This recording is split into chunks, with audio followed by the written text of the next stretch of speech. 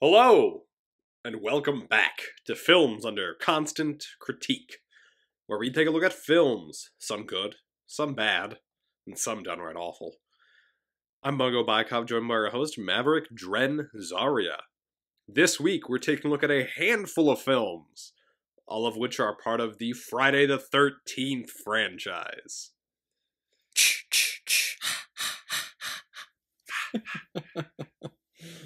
Okay, so What an iconic sound. so yeah, I don't know if we've done this before where we try to fit 4 movies into one podcast. 'Cause with Alien we managed to fit 3 in one. Yeah. So yeah, and we'll see if this goes over 2 hours, but who knows.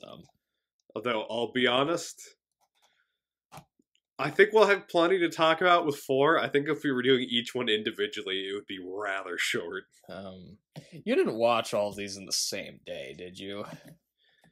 No. I watched the first one day, then I watched 2 and 3 the next day, and then I watched 4 the day after that. Yeah, I had to spread them out. I watched the first one on Saturday. The second one I watched on Monday. I had kind of a gap day, I guess.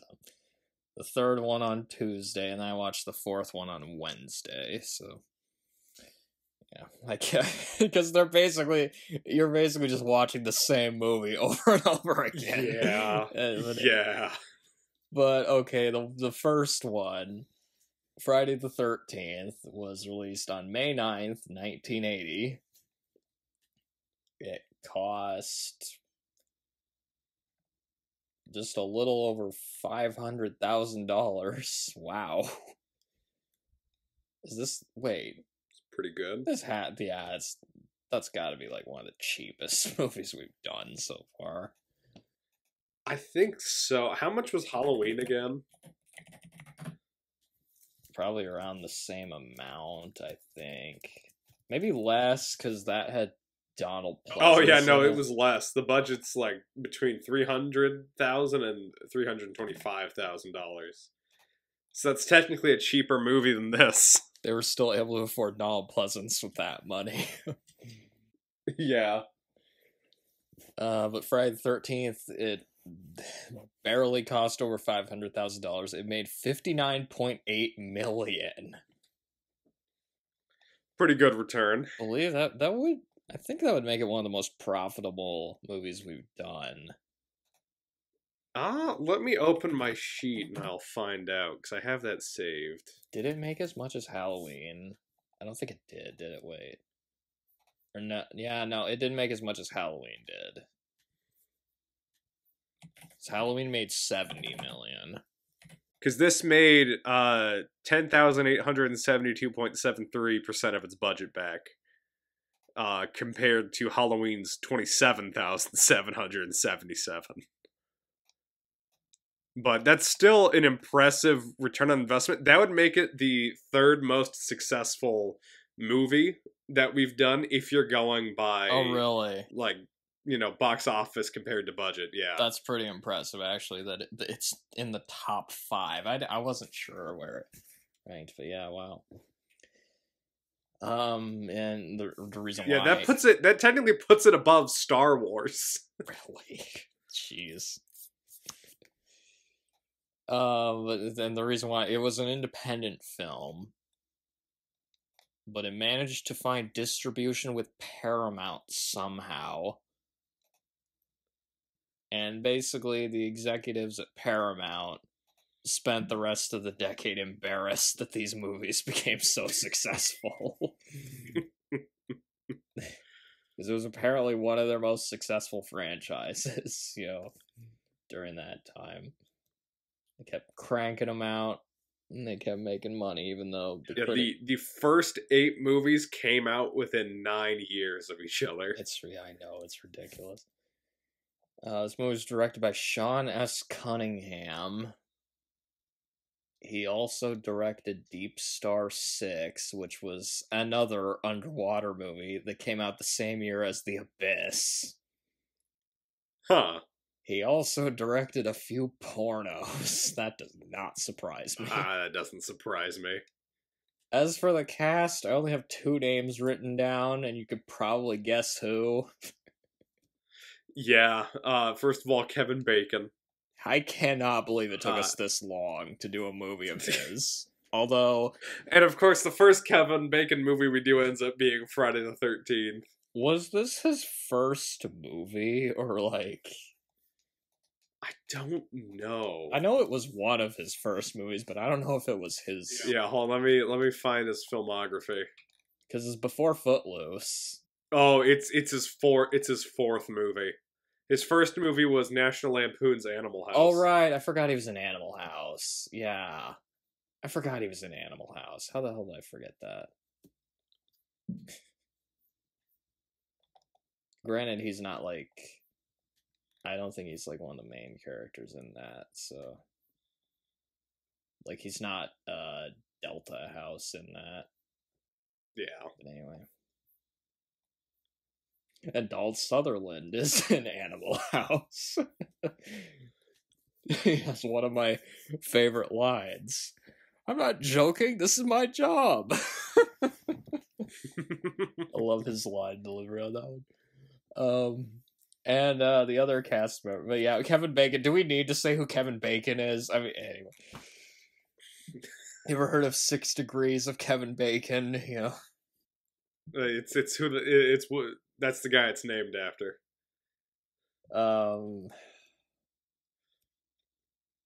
I really like him in Tremors. There we go.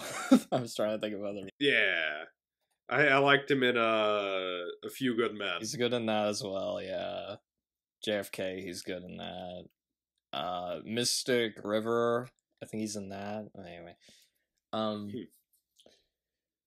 And we also have Betsy Palmer, which I didn't realize until recently. She's in the movie Mr. Roberts.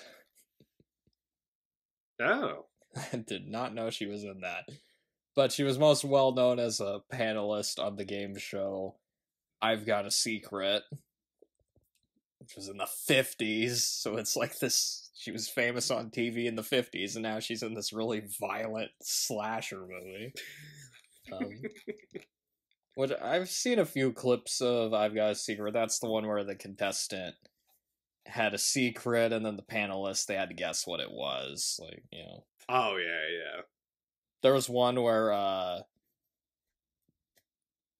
Chico Marx was on, disguised as Harpo, and his secret was, I'm actually Chico disguised as Harpo Marx. So. That's actually pretty funny. Yeah, so he had, like, the horn and stuff. He was, like, pretending to be Harpo. But yeah,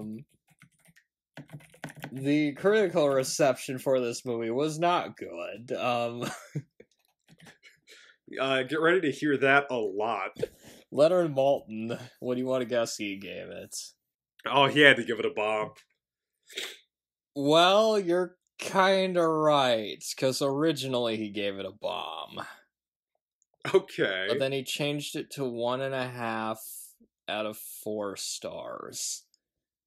And he said, young folks unexpectedly made this gory cardboard thriller a box office smash.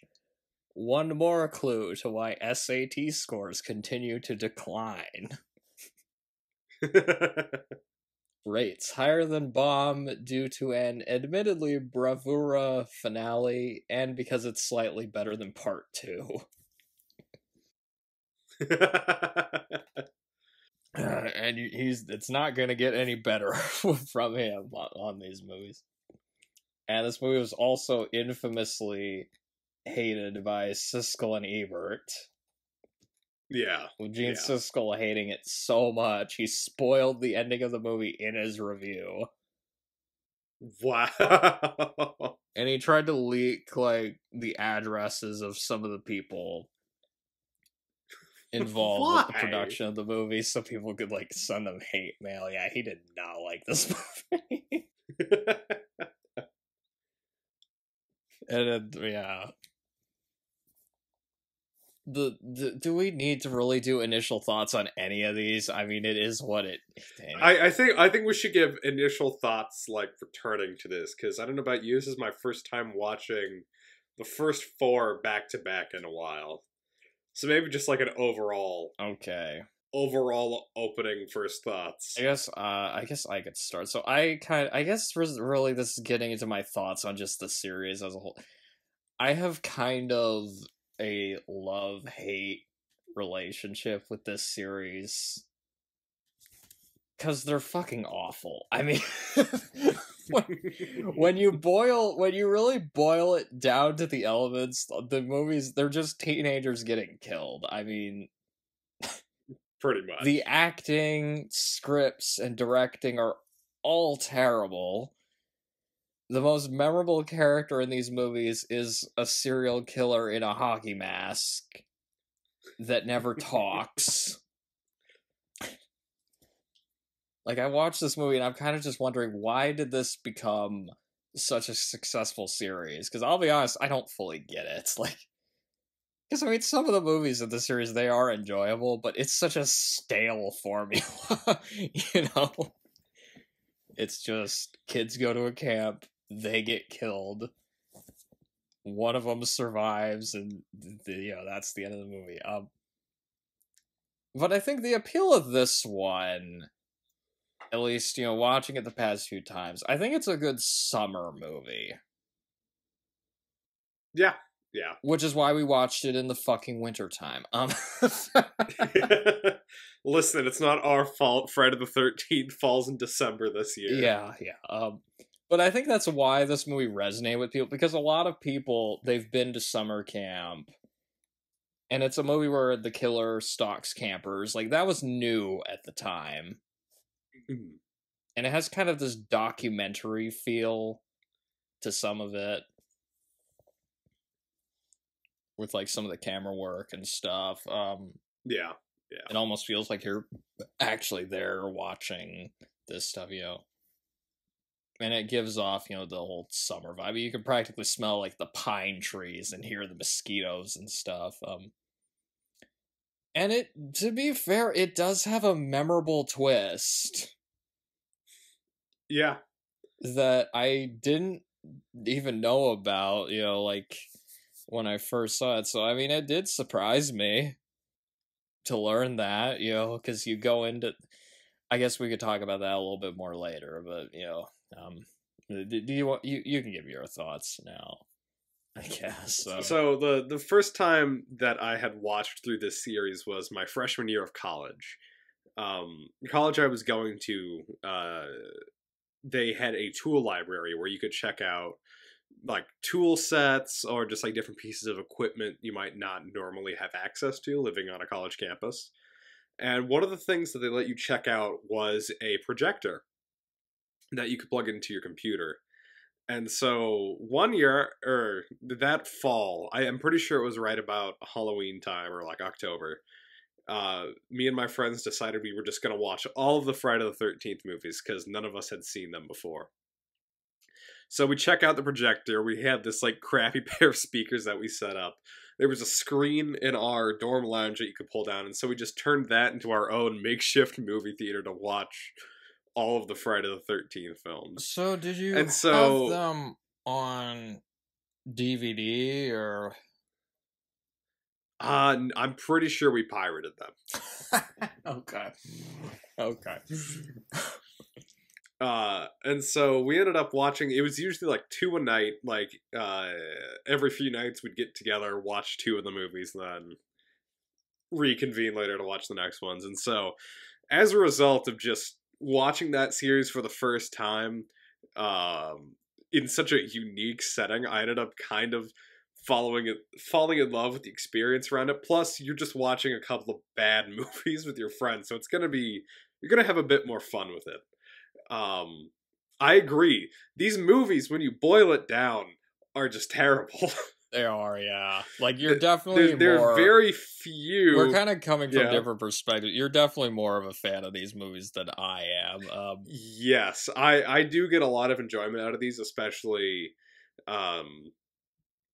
some of the not later ones, but you know, just some of the ones that come after these ones, I think, have some really stupid but really fun things. 6, but, for example. Honestly, my favorites of the series are probably like yeah. either 6 or 7, if I'm being totally honest. And we'll probably get into this more later, but if I had to choose my favorite movie of the series, it'd probably be 6, followed by 4, followed by 7. Yeah.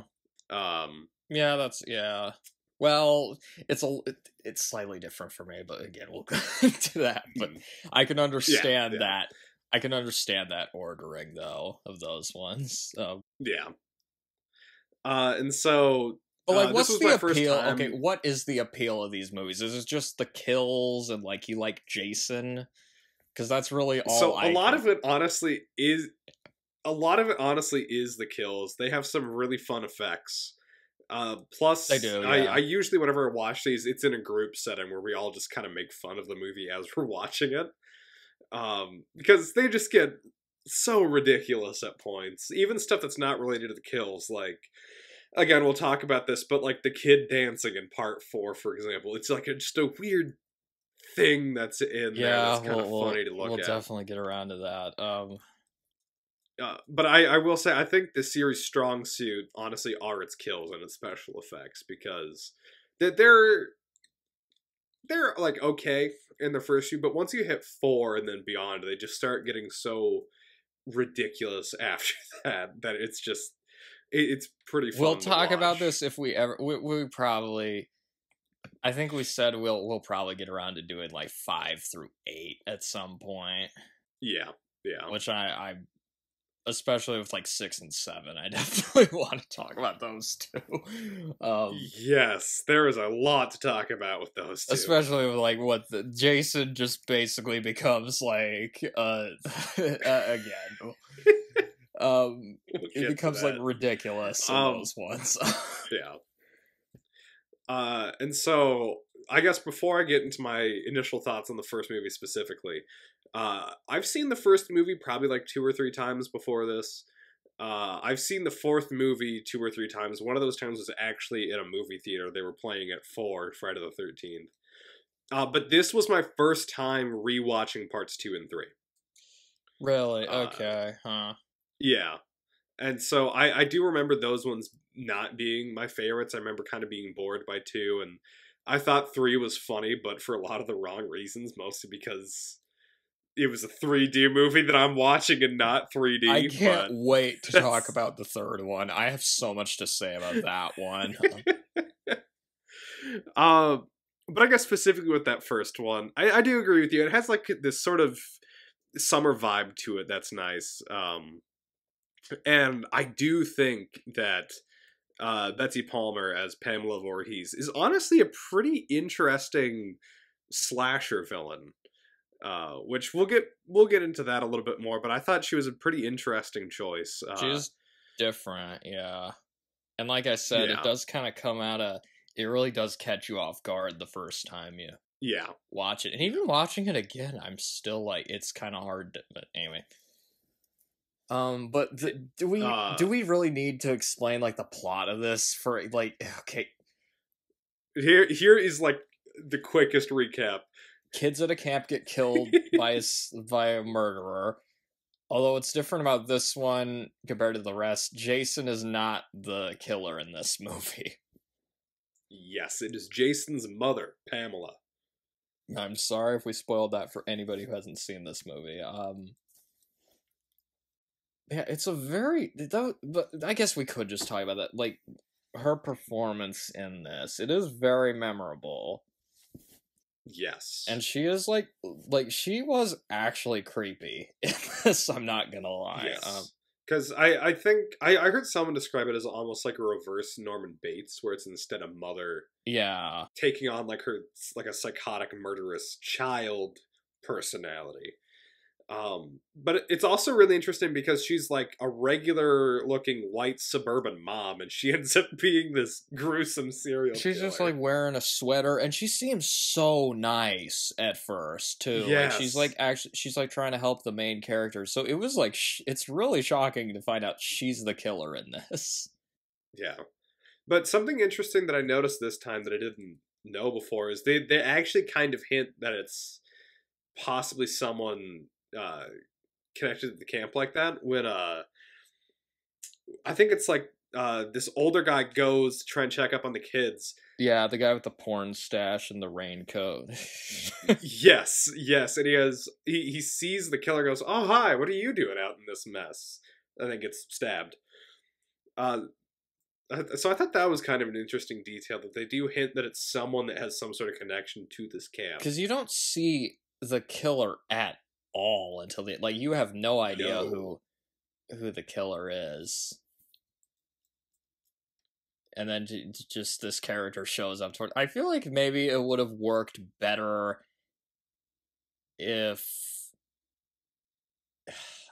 like she was established as a character earlier in the movie. I think so too. Like maybe she's still like the camp cook, and then that's how you meet her or something. Like have her there for like 5 minutes towards the beginning of the film. Yeah, she doesn't need to be like a huge character, but yeah, maybe anyway. And I was reading about it. Apparently, she agreed to be in this movie because her Mercedes-Benz broke down, and she needed to pay for it. And apparently, she kind of just was she was like really dismissive of this movie, at least at first. I bet it would come as a bit of a shock when this thing does well. You know, and like, but then I think later she kind of warmed up to it. You know, I feel like that happens with a lot of people that act in horror movies, you know, because that's one of those genres it's kind of just seen as like, a lot of actors see it as beneath them, I've noticed. For example, I feel like Kevin Bacon isn't very proud of the fact that he was in stuff like this early in his career, but who knows? I know that when he was making like Tremors, he was like yelling at his wife, "I'm making this movie about fucking worms." You know, like just like he thought his career was like over or something. But yeah, so her performance, also I think the music helps set it apart a bit. Yeah, and that's one thing that I think's pretty strong throughout these first couple movies, honestly, is Manfredini's score. It is memorable. And also that sound effect. Yeah, the one I did at the beginning, you know, yeah, the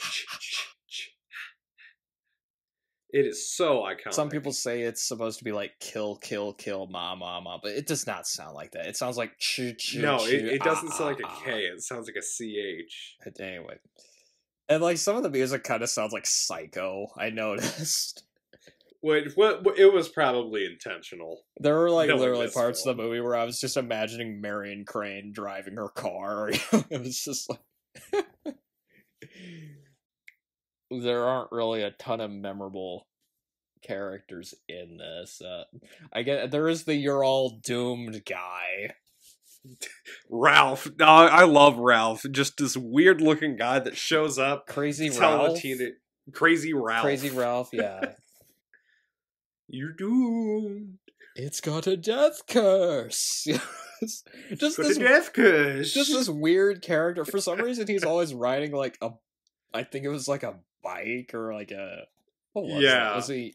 It was a bike, right? Or was he the tricycle or something? Yeah, I'm pretty sure it was like a bicycle.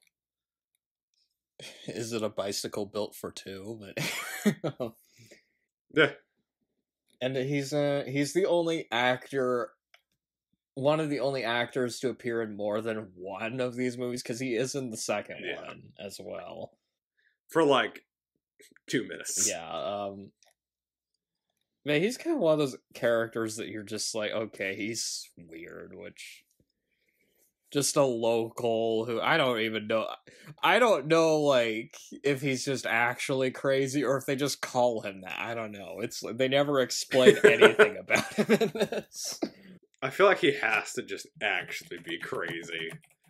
Going around talking about how the camp's got a death curse. Walking around with his fishing hat on. Yeah, he has a fishing hat. The title card in this. Yeah. The way they like it smashes and it seems like it's breaking glass. And one thing you learn about these movies, if you have sex in these movies, you die. Because See, what me and my friends determined is that, I guess this is starting with the second movie, but Jason is the moral crusader. He only kills teenagers participating in premarital sex and drug use. I know there are like videos of people like saying it was like reflecting the moral values of like the 80s and stuff, and I'm like, I feel like people are just reading too much into it, you know? I mean, because he kind of just like Jason kind of just kills just about everybody in these movies. But anyway, and I did find another thing this kind of has in common with Psycho. There's like a fake protagonist, like Yeah. thing. Because you get introduced to this one girl, you think she's gonna be the main character, and then she just gets her neck sliced open 20 minutes in. Yeah. Before she even gets to the campgrounds, it's, I think. Right? Because I don't think she interacts with any of the other characters at the campgrounds. Not really. You can also really tell Halloween was an influence on this. Yeah, especially like that opening scene where it's like from the point of view, like that point of view shot at the very beginning of the movie, going around the camp back in what, like the 50s. Like that felt like they really wanted to make it feel like the first Halloween movie's intro. Mm-hmm. The camera work, yeah, you can definitely tell was like Halloween inspired. The fact it was a low budget movie, Yeah. and also obviously having it set on a specific day, you know. Yeah. That kind of became a trend with like slasher movie, because you also have like New Year's Evil, you have like April Fool's Day, Silent Night, Deadly Night. So, yeah, Silent Night, Deadly Night. You had before this, obviously you had Halloween. You had like Black Christmas, you know. And then of course the only character in this movie with any kind of personality is the one that survives. Yeah, of course. Because Alice actually manages to make it into the second movie. For like 2 minutes. Yeah, and I guess her personality is that she's shy and she likes drawing. I guess. Yeah. Again, apart from like Pamela and Crazy Ralph, none of the characters really have much depth to them. And that is one of my problems with these movies, is like you really don't care about anybody in these. They really are all just sort of like meat to be thrown in the grinder. And another problem I have with this first one is the pacing is way too slow during some parts. Like, yeah, there's some like long stretches where there's just nothing happening. Like there's that part where she's like making coffee and you just see almost the entire process. You're just like, why is this here? You know. There's also the scene where they're playing Strip Monopoly. Strip Monopoly. It's just a bunch of teenagers fooling around, and then they occasionally get like sliced and diced. Yeah. You know.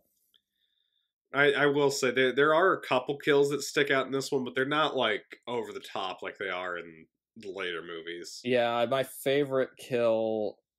They're pretty brutal too, like for the time. Yeah, like yeah. That was I think that was another reason why this one was why these movies were maybe a little more popular than Halloween, because the Halloween movies their kills are pretty tame compared to this. At least they're pretty clean. For the most part in the Halloween one. At least the early ones, like the first two. You know. Yeah. Although with the second one, they kind of ramped it up a little bit because they were trying to, you know. But my favorite kill in this, you probably know what it is, actually. It's Kevin Bacon's death. Yeah. I was about to say, that one's probably my first, with my second favorite being Pamela's death at the end of the movie. She gets a good one as well, yeah, where her, like... head gets cut off, and it's a pretty good decapitation too. It doesn't look bad for a low budget.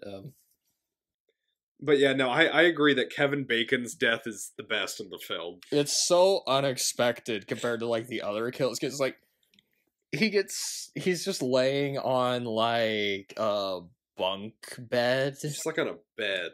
Yeah. and then he gets stabbed through the throat with an arrow. And like it's kind of pushing through slow. You can see it start to break the skin. There's so much blood. At one point, it's pretty gruesome. It's like bubbling out of his neck. It's really gory. It was like one of the ones that caught me off guard the first time. It's because like a lot of the other ones, you're just like, oh come on, we know like what's anyway. Like the girl with the axe to the face. I mean, that was so. That one's so telegraphed. And I do think this establishes an interesting backstory for Jason. Yeah. Because basically Jason drowned because the camp counselors were too busy having sex, not watching him. Yeah. And it's kind of like his ghost haunts the campsite, sort of, because it feels like that's what they're trying to build up, that it's Jason who's haunting this place, when it turns out to actually be his mother. It kind of feels like one of those stories people tell like around the campfire, and that's kind of what I like about that. It's like Jason feels like this camp legend, you know, that people tell like summer camps. And yet surprisingly he's not the killer in this. He might as well be. I mean, the killer never talks when murdering people in this. Yeah. Although he does appear at the end. And this is one of my favorite things that they do in every single Friday the 13th movie, is they have to end their movie on some sort of stinger. And the one in this one is just really funny. This was probably, yeah. It's pretty memorable, where like Alice thinks she got away in like a boat, a canoe.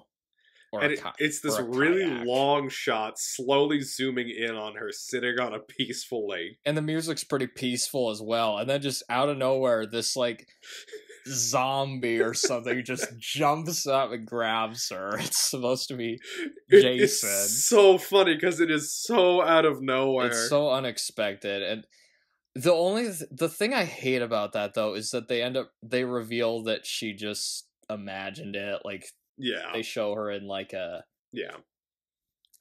hospital bed, like she was dreaming it. So I'm like, you had this you could have just ended it right there, and it would have been perfect. If they would have ended it right there, it would have been so funny. It's sort of like the ending of Deliverance, actually, now that I think about it. It's like the hand rising out of the lake. But I think they were referencing Carrie, if I remember right. Oh. The ending of Carrie. But anyway, yeah, there's some pretty brutal like the neck slit, that one's pretty memorable. Or yeah, like you said, Pamela Voorhees getting killed. The acting though is not good. Not very good. It's not very good, aside from like Betsy Palmer, I guess. Because she was like the only real like established actor that was in this. Like with Kevin Bacon, it's kind of fun that Kevin Bacon is in this, but he doesn't really do much, so it's like, okay. No. He's just there to get killed like the rest of them. Mm-hmm. And yeah, the characters just they're just not that interesting. They're too long stretches. There was one scene I didn't realize this until doing a bit of reading. The scene with the snake. Yeah. I don't know if you knew about this, but they killed a real snake in that scene. Oh, really? And what makes it worse, it was a guy's pet.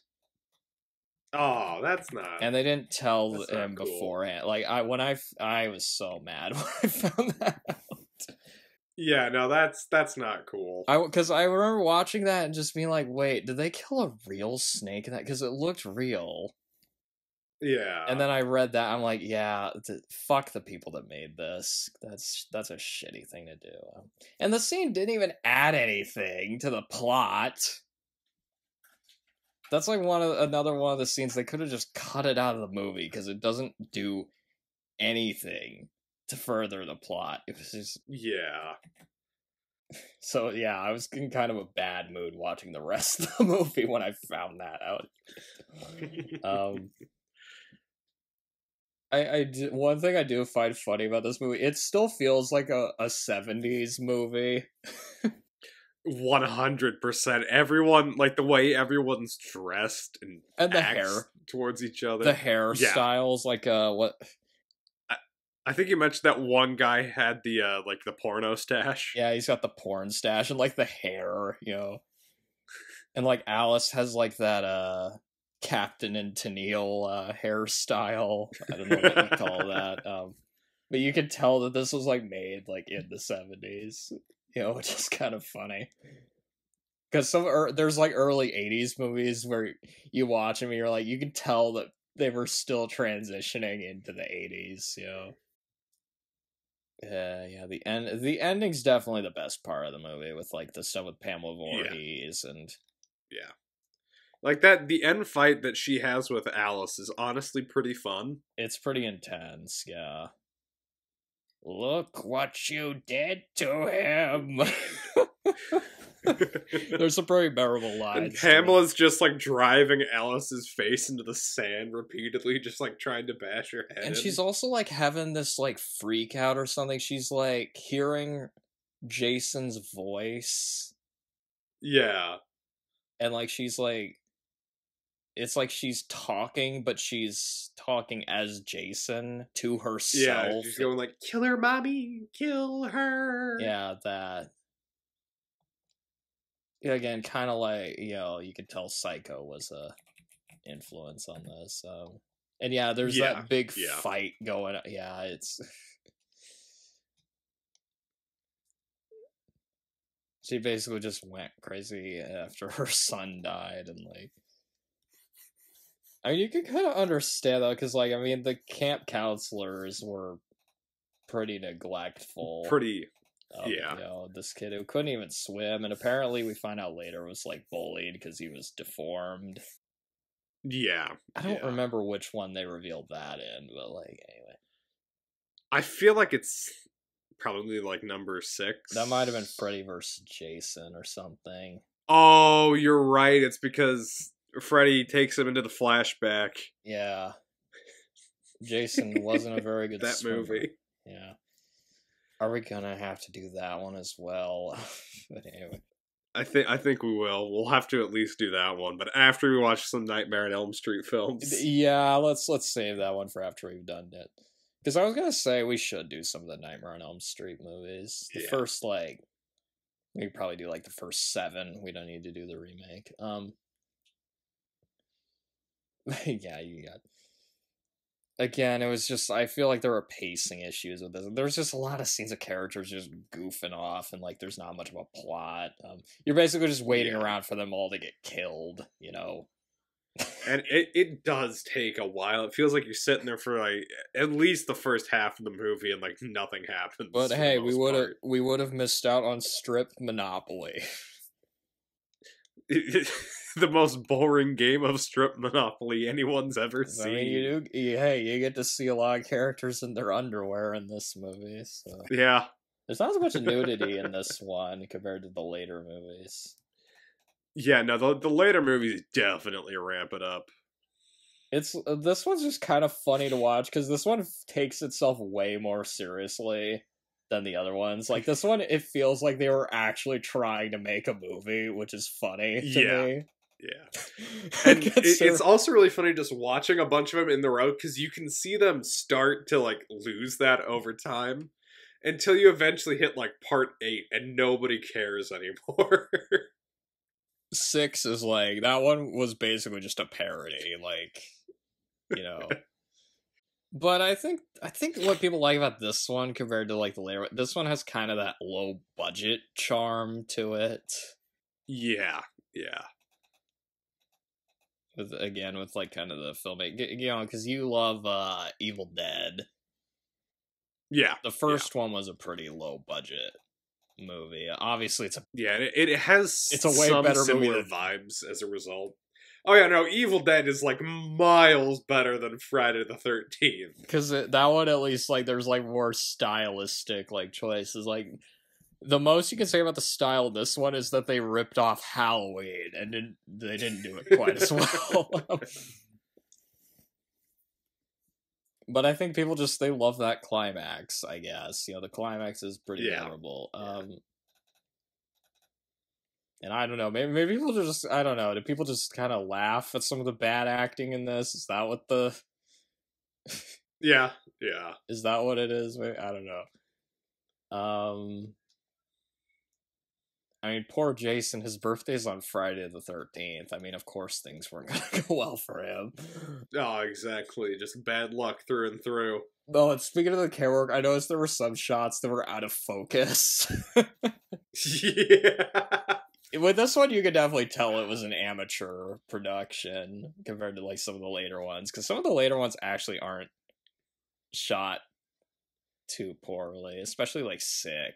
6 has some pretty good lighting and camera work. I will say it's not. Part 1's also, I don't think, the worst shot one because Part 3 exists. Well, with that one, they had to deal with like the 3D, to be fair, but yeah. So I'm gonna get into overall thoughts unless you have anything to add. Yeah. No, there's not a whole lot more to talk about with Part 1. It's fine. I mean, that's honestly. As far as slasher movies go, you could do a lot worse, though. I mean, yeah, because there's a couple good kills. Betsy Palmer has a good performance. I'm still mad about what happened to that snake, though. But that's pretty sad to hear. Actually, I'll try not to let that get too much in the way of my judgment. And I've never fully gotten over the fact that there's a Friday the 13th movie without Jason as the killer. It is kind of interesting going back and seeing that in the very first one it wasn't Jason, because that comes as kind of a plot twist for most people who like hear about the series but haven't watched. Is they know Jason's the killer and they go back and it's like, oh, he's not the killer. They even mention this in like Scream. Because there was like... Yeah, the who was the killer in Friday the 13th? Yeah, he's like quizzing her over the phone. That question. I think wasn't that Drew Barrymore on the phone?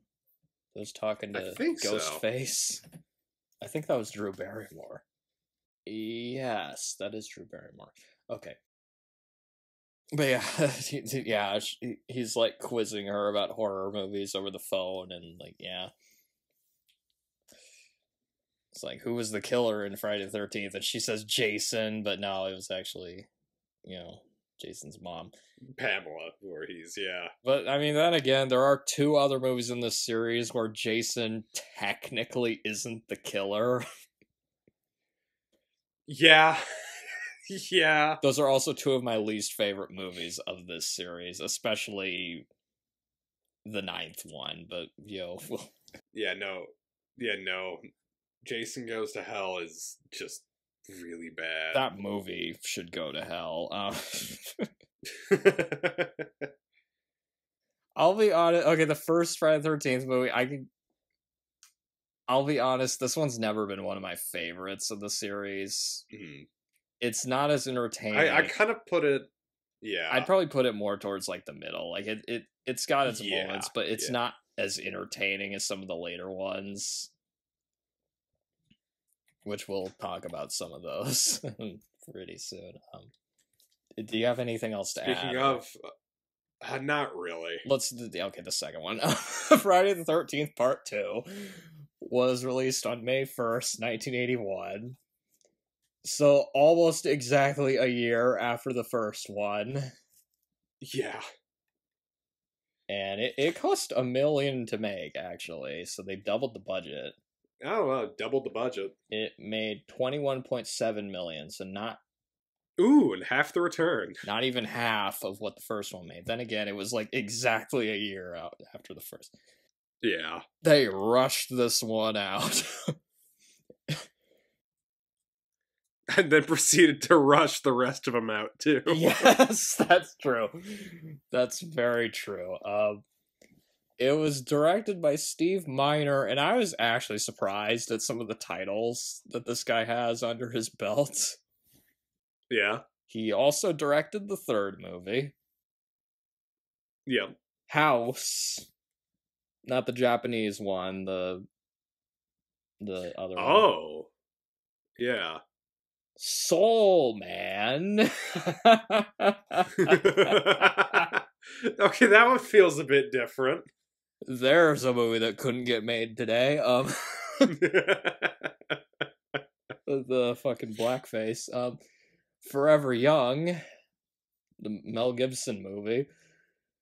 Okay. Halloween H2O. No. And Lake Placid. Oh, no. What a weird list of directing credits. He also did the Day of the Dead remake. Oh, God. I don't remember... Oh, jeez. Is that one of... I can't remember if I saw that one or not. I think I did, and it was really fucking bad. I did, and it was really fucking bad. Okay. This movie almost got an X rating due to the violence. So yeah, this one had a lot of... These movies really, really went all out with the violence as they went. Although a lot of it got cut because of censorship. Okay, Leonard Maltin. I will say... Sorry, did you have something to say, or... My only other thing I had to say is this movie has one of my favorite kills in the entire series. Oh, ha. And I think you could probably guess which one. I actually don't know, I'm gonna be honest. Well, there's... Oh, okay, we'll find out later. Okay, there's two I'm thinking of, but I'm not sure which one. Okay, but we'll get to that. Leonard Maltin, what do you want to guess he gave this one? Oh, he had to give this one... If he boosted the first one up half a star, he had to give this one a bomb in response. Yes, yeah, yeah. I kind of gave it away earlier, but yeah, he gave it a bomb. And his review is short. He usually gives a summary of the movie in his guide, but he didn't even bother with this one. All he says is more nubile campers, more bloody executions. If you love part 1, ... End quote. That's all he said. Yeah, I guess. He hated this movie, I guess. And I don't really... I didn't really write my initial thoughts for any of these, if I'm going to be honest, but do you have any? Yeah. So the honest thing that I have to say is this was my first time re-watching this one. And so I remember the first time seeing it, there was one kill that stuck out with me. But I didn't remember much else from the film. And I kind of see why after rewatching it. This one feels a lot less memorable. Like, there's a couple of good moments here and there, but this is one of the least memorable movies in the whole series. It kind of is just the first movie again. Yeah. It almost feel like, even just the way it's shot and stuff, it kind of just feels like... It doesn't really have much that sets it apart, aside from Jason is the killer and he has a bag over his head. Yeah, this is Baghead Jason. That's the only thing I ever remembered about this one. And like what because I watched it and I'm like, this one's okay. I mean, it has a few parts that I like, but yeah, this one's definitely not one of the better ones. It's a downgrade from the first one, and the first one already isn't like my favorite of the series. So. Yeah. But it has its I guess we could talk about Jason so this is the first one where Jason is the killer. He wears a brown Hy-Vee sack over his head. Or whatever I think it's like a burlap bag, but yeah, with a single eye hole cut out in it. Which I like to think that Jason is just a cyclops or something, but And one thing I do like about Jason this one, I kind of just love the implication here that Jason lives in a broken down shack with his dead mom's severed head. That's just super funny to me. And that is one of the cool parts. At the very end when they go into the shack and there's just an altar with his dead mother's head and sweater laying on it. And that shack is a mess, too. It's so dusty in there. And there's so much stuff, just strewn all over the floor. You just look at that thing and you're like, how the hell is anyone able to live there? Yeah. It's no wonder he kills so many people. I mean, you know how boring and miserable that would be? What does he do in there during the day when he's not killing anyone? What does he eat while he's there? The answers which we don't get answers to that at all. So no. And we've mentioned before that Jason is your favorite of the slash street boys. Yes. Especially this mostly comes from stuff. I'm specifically thinking part 6, part 7, because he gets so ridiculous and over the top. But I will admit, in parts 2 and 3 and 4, he does feel like a pretty legitimate threat. But he also just kind of feels like he's a big guy in these 3. He's a big grown-up with a few exceptions. Kid. He's like this big grown-up kid. Because you can kind of tell in these early movies that he's a bit he has obviously he has mental problems, but he might have some kind of learning disability, maybe. I'm not sure what, but he's become such a klutz during the the climaxes of these early ones, especially in I was especially noticing that in 3 and 4, but we'll get to that. But what? Yeah. But yeah, so but you mainly like him because of some of the later ones, is what you're.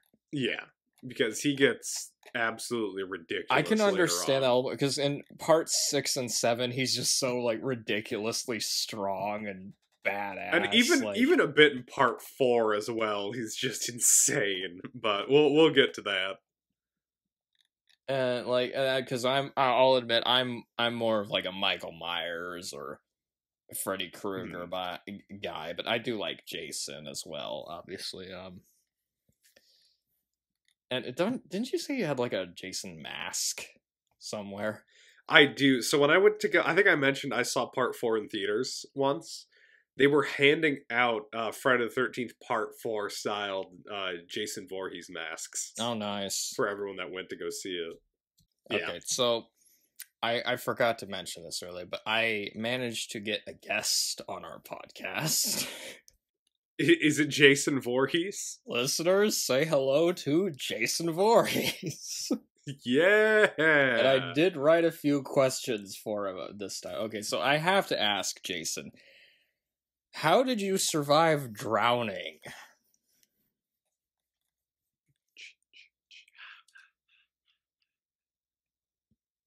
Huh, that's interesting.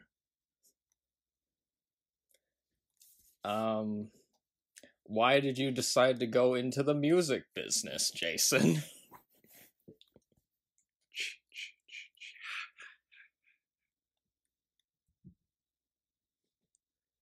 He just rambles on, doesn't he? Which of the other Slash Street boys do you get along with the best?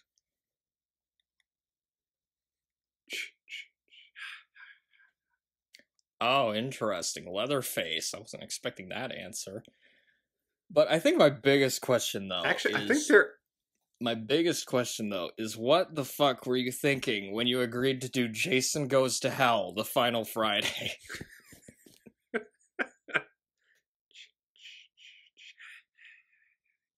Okay, yeah, I kind of don't blame you on that one.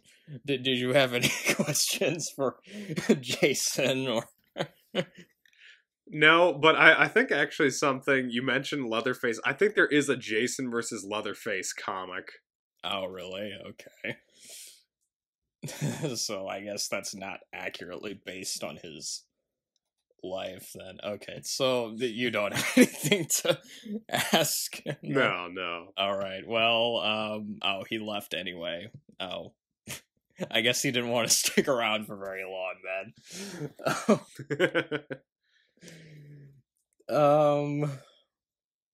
Oh shoot, now I'm gonna have to, like, look around the house, make sure he's not stalking me. So getting back to part 2, one thing I do kind of like about this one is it follows on directly from the previous one. Yeah. So this one it really does feel like a second chapter to the to the first movie. And then obviously Jason is the killer in this one. You know, we want Jason in these movies, you know. Yeah. And so the intro is pretty interesting because it's following around Alice from the first movie. Oh, that too, yeah. And it was, I remember being surprised by that opening when I even rewatching it, because they're just like, here's the main character from the previous movie, and they just kill her off in the very first scene. Yeah, right away. With, like, an ice pick. And you don't know who it is either. But she does find Pamela's head in her fridge. Yeah, wow, how did that get there? That's strange. I feel like that should have been a more recurring thing, having, like, the severed mother head in these. Yeah.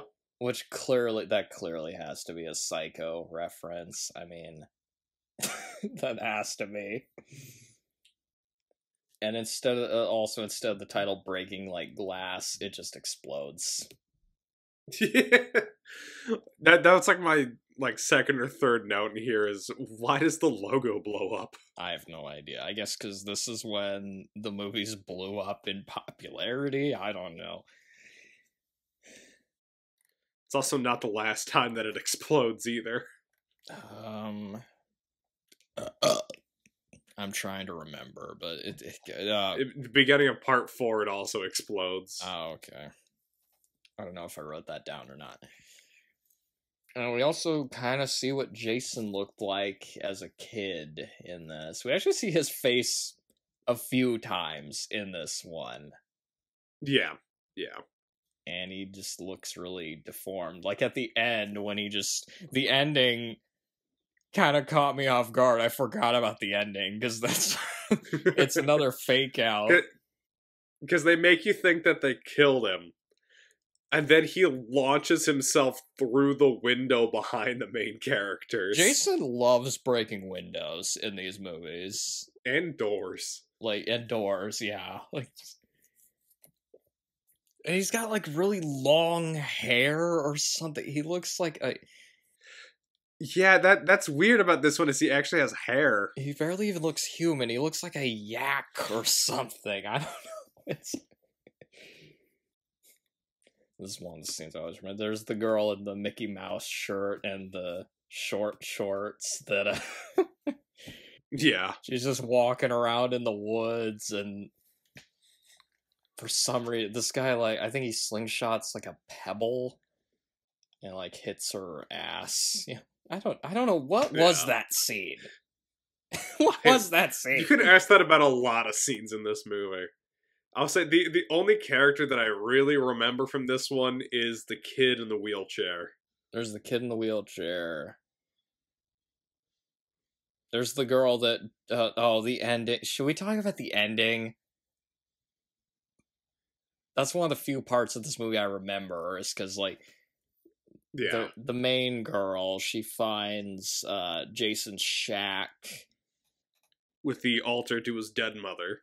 And she pretends to be Jason's mom by, like, wearing her sweater and... like, Jason's mom's sweater and, like, you know, basically imitating her. And Jason apparently is dumb enough or delusional enough to believe it. You know? Yeah, yeah. So that was an interesting thing they added.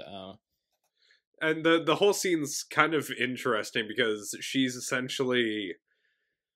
because she's pretending to be his mother, and so they do this thing where they overlay Betsy Palmer talking, so you can kind of see it from his point of view, which I thought that was kind of interesting. Mm-hmm.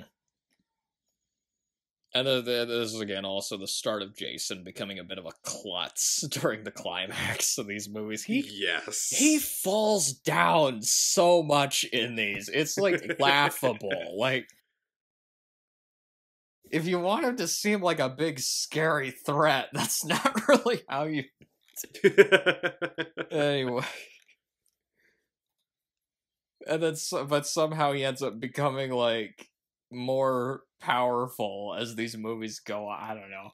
Yeah, the more and more times he gets his ass kicked, the stronger he becomes. He really does just gain more power levels as these movies go on, because by the time you get to, like, Jason X, and he turns into Uber Jason, and he's just, that's about as overpowered as he's practically invincible by that point. It's ridiculous. But yeah, so this is the first one that he appears in. Crazy Ralph is in this one again. Yeah, he gets garrote wired to death. Yep, by Jason. I forgot he died in this, actually. That made me kind of sad. Because I thought he was in the first 3 of these. He's in a flashback in the third one, from what I remember. But for some reason, I thought he was in the first 3, but, you know, never mind. Well, I think they have a different crazy guy in the third part. For some reason he runs all the way down to the camp, and like, why would you do to try and tell them all that they're all doomed, and that the place has a death curse. He doesn't run all the way. He, like, rides his bicycle. Yeah. Because he likes to ride it where he likes.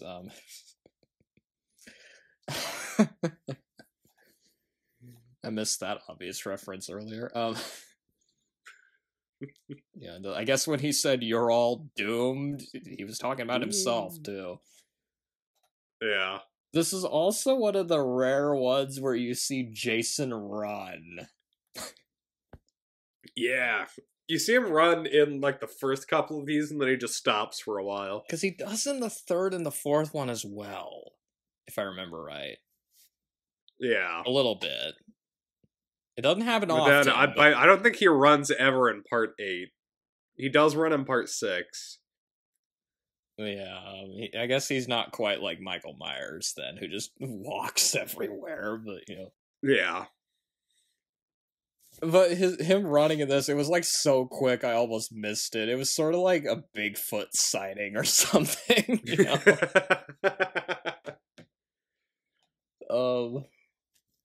But also with this one, I kind of noticed it kind of did feel like they were trying to make Jason into Michael Myers in this at some point. Yeah.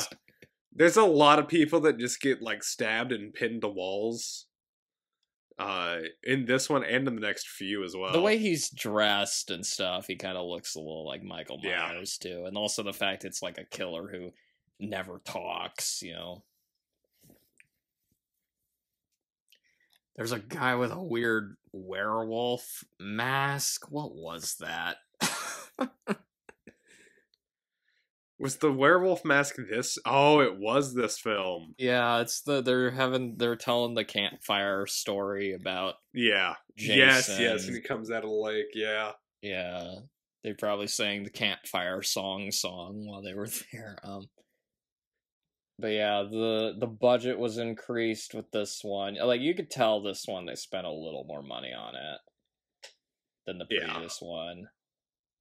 So it doesn't quite have that low budget charm that the first one had. Although I think the kills were a little bit gorier in this one. Yeah. And there's more since nudity we're talking about kills, in I might this as one. well. Yeah. There's more nudity in this one. Like there's like that scene where I think there's just sort of more as time goes on. There's more and more nudity in these films. There's like a scene where they're like skinny dipping. Or no, the fourth one. Sorry, I was thinking of the fourth one. That's the one where they have that huge, ridiculous... Yeah, the fourth one's all with the skinny dipping. The fourth one has that huge... There is skinny dipping in this one, but the fourth one has like just everybody's doing that one. Yeah. It was ridiculous. Yeah. But you just mentioned the kills, and I think it's time that I mention my favorite one. Yeah. I think one important thing we need to mention though, this is the first one where Jason uses a machete. Yes. Because that's like one of his signature weapons is the... Yeah, it's like his iconic machete, yeah. weapon. Although he kills people in a lot of different ways, you know. That's like all I guess that's all he knows about is just kill. He gets surprisingly creative in some of the later ones, like with the liquid nitrogen kill in Jason X, or the sleeping bag kill. The sleeping bag kill, or he like uses like 7. He uses like sauna rocks in the 8th one. There's some weird kills in some of the later ones. Like in this one, this guy gets hung on a rope and then he cuts his neck. Yeah, he's out for blood in this one. He kills so many people. Like he even kills this guy. He like even kills the guy in the wheelchair, which is like... That's okay. I wanted to talk about that kill because that's my favorite one in this movie, and it's one of my favorite kills in the series. It's so brutal, like it's so brutal, and it ends up being so funny because he gets like just about out of nowhere. Jason just shows up, basically just like plants his machete into this guy's face. And then he rolls down like this giant set of stairs in his wheelchair going backwards. Yeah, and I guess now you could start calling Jason Voorhees ableist. There's also a line that the wheelchair kid has earlier in the movie where he says, "I don't intend to be in this chair for the rest of my life." Well, he was. Wonderful bit of foreshadowing there. He was, unfortunately. God, that poor guy. That poor guy. The one I always remembered from this, it was a different one. There were two. When you said you had a favorite kill from this, that was one of the ones I was thinking of. But the one I first thought of was the spear through the bed. The spear one was also really good. That's the one I always remembered from this one, because like there's these two people in bed having sex, and then Jason just comes in, stabs them with the spear, and it goes all the way through them and the bed too. Like you see the end of the spear, and there's blood on it going through the bed. Although the ice pick kill, I'll give that one an honorable mention because that one caught me off guard the last time I watched this. He falls down a lot. I just have written down like Jason falls down a lot. That's pretty much the end chase, is just Ginny running away and then somehow knocking Jason over. The nice thing about these movies, though, is that even if you hate the characters, they'll die eventually. You know? Speaking of the ending, though, since you mentioned that, the movie, apparently, it almost ended with Jason's mother's severed head opening her eyes and smiling at the camera.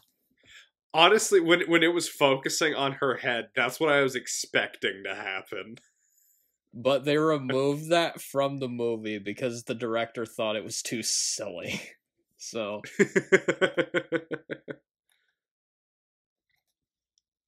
And yeah, I could kind of see that. watching the first two is kind of weird. Like, they almost feel like part of a different series from the rest. Yeah. Because, like, if you were to only see these two, you wouldn't have a great idea of where these films go and just how off the rails things get. Or how, like, why these are, like, so iconic, I think. Yeah. And also the first two, they had more of the kids out camping vibe. Yeah. Because this one, too, is pretty slow. And the other ones they kind of got away from that. Like, I feel like the other ones, they were set next to the camp rather than at the camp. Like, they're in a lot of, like, areas that aren't Camp Crystal Lake and some of the later ones, especially once you get to Takes Manhattan, which is not set at the majority of it. It's also not set in Manhattan during most of it. It's really just set on a boat. Jason on a boat. Is that what inspired that Lonely Island song? I don't know. You know what they should do for the next one? What? Jason Takes Bangkok. I think that would be kind of funny. Well, one night in Bangkok and the world's your oyster. Exactly. Have that playing while Jason's, like, hacking down people. Or is it just gonna be, like, Hangover Part 2 or something, and then Jason shows up? Actually, Jason in Vegas could be pretty good as well. Oh, yeah. I don't know why they haven't done that, but, I mean, because Leprechaun went to Vegas and space. Why didn't Jason go to Vegas before going to space? Fear and Jason Voorhees in Las Vegas. Oh, God. We can't stop here. This is Jason country. I also noticed the camera moves around a little more in this one. Yeah. I feel like with this one, they were trying a little bit harder with the camera work than for maybe again because it's a higher budget movie than the first one. And I'll give it this. It is one of the shorter movies of the series. That is true, but also these films just aren't very long in general. They're each about an hour and a half. Yeah, but this one's not even 90 minutes. I think it was only like 86 minutes. Oh, wow. And hey, at least the dog survived. True. You think that Jason killed a dog in the movie, but then the dog shows up at the very end.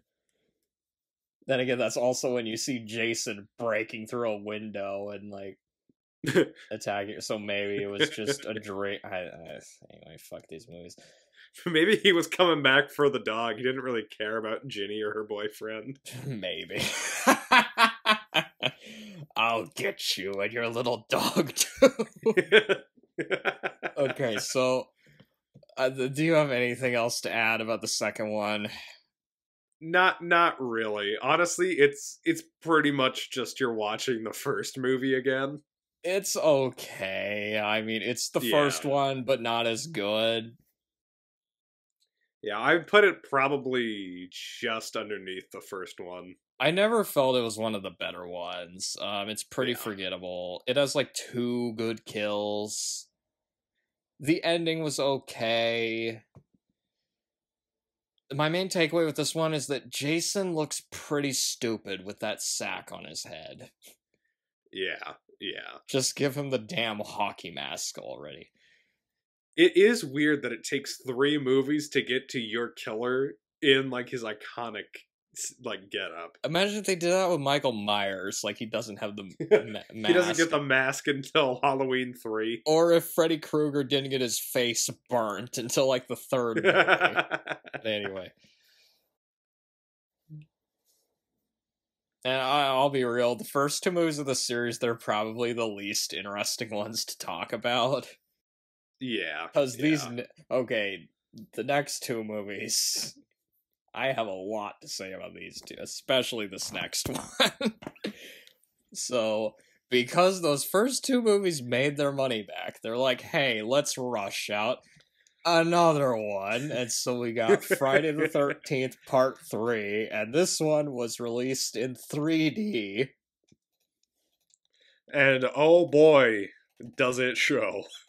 And that was a popular thing with like horror movies in the early 80s because you also had Jaws 3D, Amityville 3D. There's probably other ones.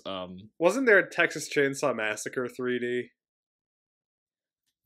Was the second one in... I think that was later. There's like Texas Chainsaw 3D, and that was... Oh, like, yeah, that was 2013. So that would have been about the time of Saw 3D.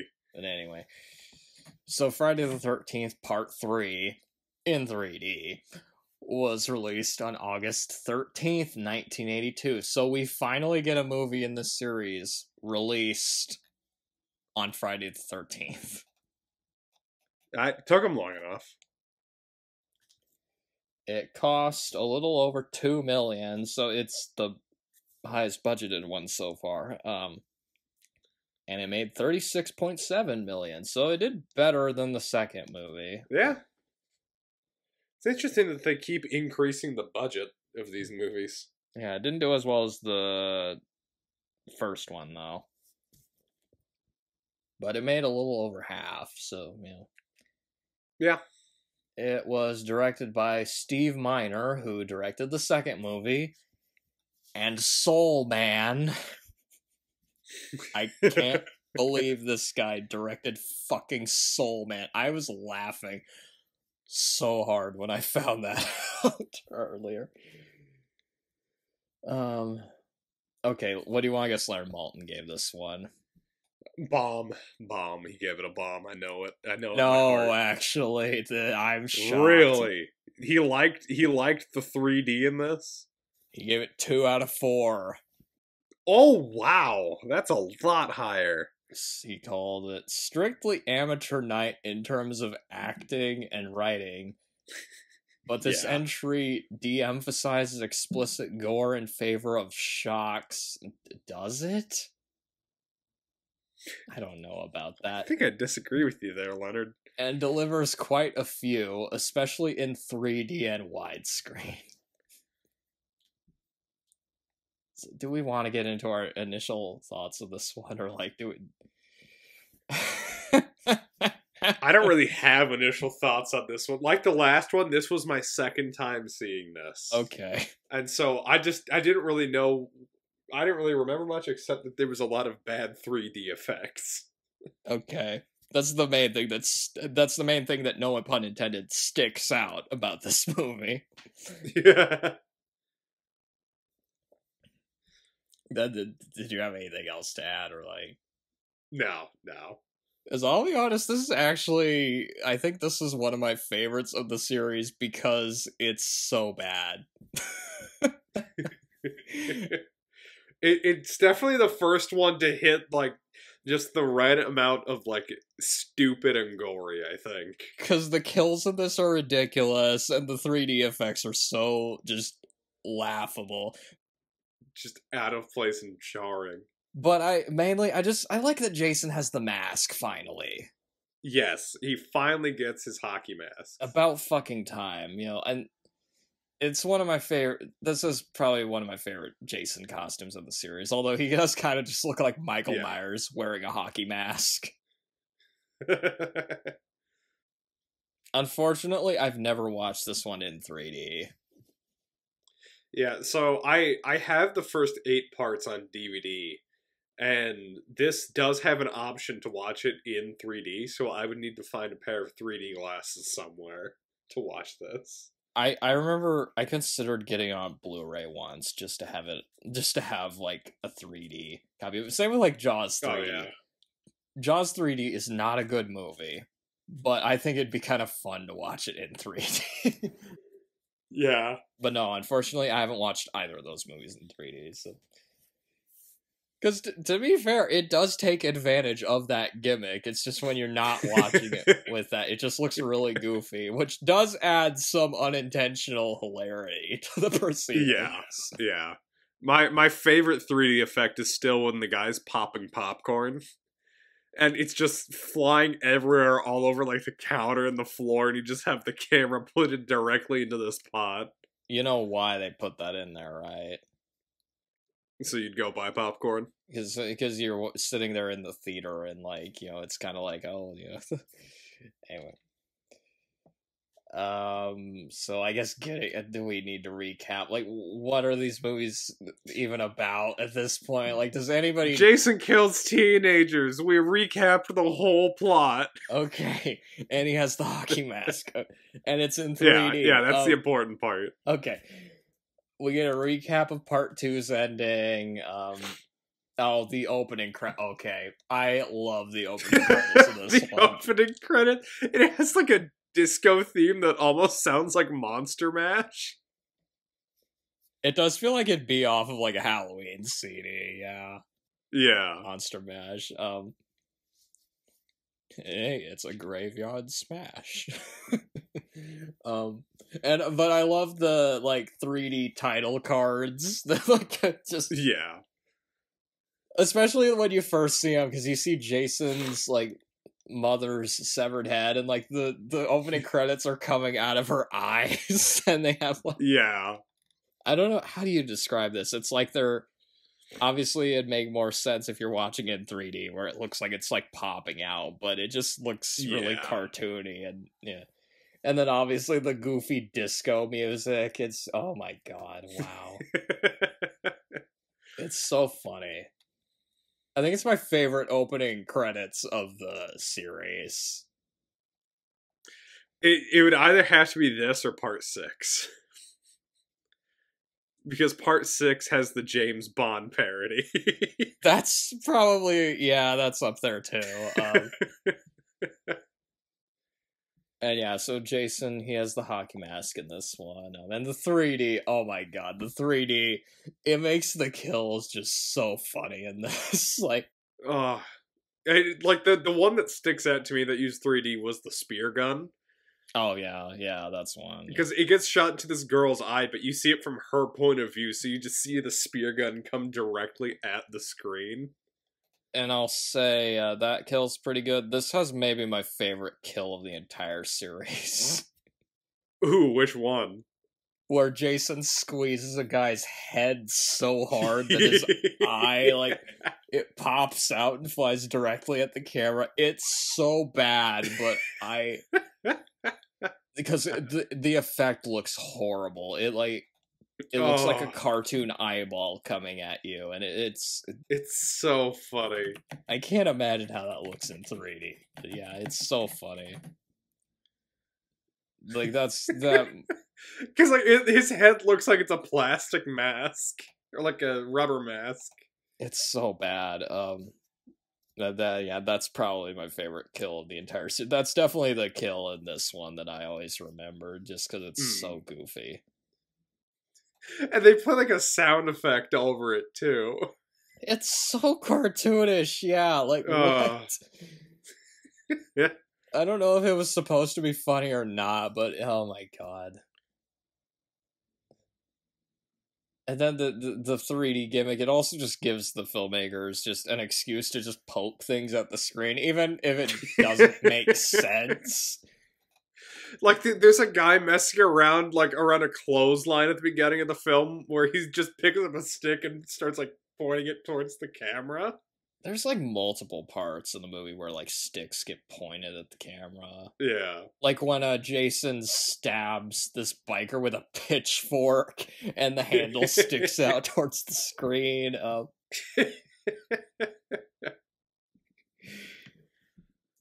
Or there's that creepy guy holding up an eye towards the... I don't know what that was. Yeah, what was that about? So they have like a Ralph replacement in this movie that for whatever reason is just holding somebody's eye. And that's what he's using to warn everybody. I have no idea. It's so weird. Or the biker, like, punching a window, and, like, you see the fist. The yo-yos. Oh, my God. Because that's what we want to see in 3D. We want to see fucking yo-yos. I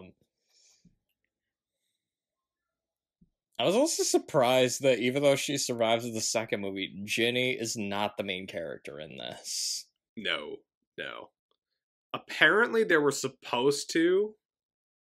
Or like that was like the initial idea, but the actress didn't want to come back for the movie for some reason. Well, actually, I can kind of see why with the series. And then they're just like, oh, continuity be damned, I guess. This does, however, have one of the worst, like, cast of, like, teenagers of the entire series. They're bad, but they are memorable. They're really, really bad. Like, especially there's this one dumbass that, like, keeps doing He's pranks. trying to pull. He pulls pranks through the whole movie. I found him so annoying. Like, he is the one that brings the hockey mask, though. true. Then he like keeps like faking getting killed, and it gets to the point where you want him to actually fucking die for once. And when he does get his throat slit, the other character just assumes he's joking again. Yeah. Boy who cried wolf, I guess. But yeah, every second he was on screen, I just was like, just go away, please. Like, somebody smack him or something. There's also the stoner in this one. Oh, God. I barely remember the characters in this, I'll be honest. The stoner is the guy that gets thrown into the circuit box and electrocuted to death. Ah, jeez. But yeah, the movie, I mean, this movie's basically the same damn thing. It's like teenagers hanging out. Yeah. They do drugs, sex, then they get killed off by Jason. I mean, anyway. One thing I like about this movie, though, Jason lives in a barn in this one. He's moving up in the world. Because in the first one, he was in that really shitty shack that, I don't know if he found it or he just built it, but it was just out there at Camp Crystal Lake for something. Then this one, he has a barn, because why not? And some bikers just break into his barn and he kills them. Like, one of them's like swinging on like a rope that's there. Anyway. And that rope comes back later, too. Right, yeah, because they do another fake out Jason death in this one where the main character hangs Jason. Oh, that was weird. Yeah, what was with that? I don't know. So she met Jason when she was younger. What? Somehow. Because that would have been before Pamela died, so what's the timeline there? I don't understand. Is Jason like a zombie or a ghost or? I think in this one he's just a guy. By the time we hit 6, he's definitely a zombie. He's just a guy. Like that's a weird thing to say about Jason. Because they never have the whole, like, because Halloween, they had the whole spiel of, like, he's, Michael Myers is pure evil, he's not human, but, like, they try to make Jason human in these, at least the early ones. It's like, okay. It just doesn't work. I guess they just gave up once you get to, like, part 6. It's like, okay, whatever, he's like a superhuman. And also, I didn't realize this. So the actress, the lead in this, she played Chuck Norris' daughter in Lone Wolf McQuade. Which I thought that was pretty funny. I didn't recognize her, but until I was reading with that, I was like, oh, really? I will give them this. There is one consistent thing about this series. Yeah. They managed to offer 0 compelling characters aside from Jason. What does that say about What does that say about your movies when the best character is the one that doesn't even talk? And the sad thing is, if they decided to ever make a film that focuses only on Jason, it's gonna suck, because if you give him more backstory or more things to do other than kill teenagers, he stops being interesting. What is... Yeah, because his backstory kind of just doesn't make sense when you actually No. think about... Because he drowned, but then, wait, he didn't? What? And his mom went crazy because he drowned, but he didn't drown? Anyway. Nothing in this makes sense. Maybe he was, like, possessing her or something? I don't know. It's weird. Talking about weird things. Oh, God. Do we want to talk about the stinger at the end of this one? Let's see. We already mentioned the spear gun kill, which I like that kill, where it just goes right into her eye. And it doesn't look real at all. No. He chops down a guy that's walking on his hands. And then stabs a girl through with a knife. And she's like looking at a Fangoria magazine about the Godzilla. He stabs this girl with the fireplace poker, and the poker goes like right towards the screen too. Because again, 3D. It's 3D. They have to take advantage of it.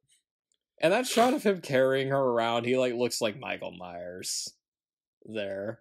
Yeah. Okay, I guess we could talk about the ending.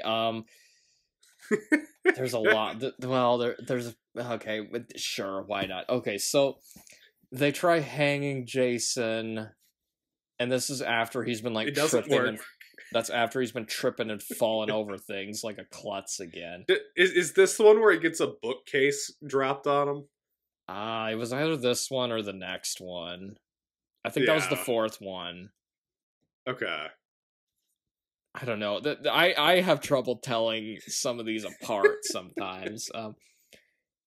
But then it turns out he's alive. We see Jason without his mask, and he looks like the guy whose face melted from toxic waste in RoboCop. He kind of does. And he's like chasing after her, so we see Jason run again in this one. Yeah.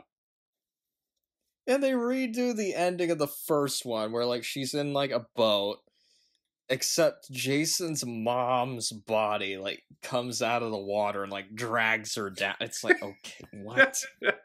Like they're trying to do the thing for the end of the first movie, but it's Pamela. For whatever reason, she has a body, and then it turns out to also be a hallucination. It was so stupid. Like, and I forgot it happened in this movie too. I was like, wow, I can't believe they did that again. And like Jason's a fucking trooper in this one. He goes through so much. He takes an axe to the face, and like apparently even that doesn't kill him, or does it? I don't know. It's like, what? But I was like noticing it like with this one, is this literally just following the exact same structure as the other ones? Because it seems like it really is. Each movie, this one literally did just feel like a remake of the other two movies, to the point where they're like, let's like take the ending of the first one and stick it on this one, except reverse it's Jason. Pretty much exactly what happened, and it makes no sense. It's like, what? Because then we also see his body lying in the barn with the axe still in his head. What? These movies make no sense. And from what I've heard, this was supposed to be the last one. Yeah. Which, considering there's 9 more films after this, that didn't quite happen. It's kind of funny how many of these they tried to go, no, this is the last one. And they're like, no, we're making more. Because again... Nope, it made money. We're raking in some cash here. For this movie, actually, this is interesting.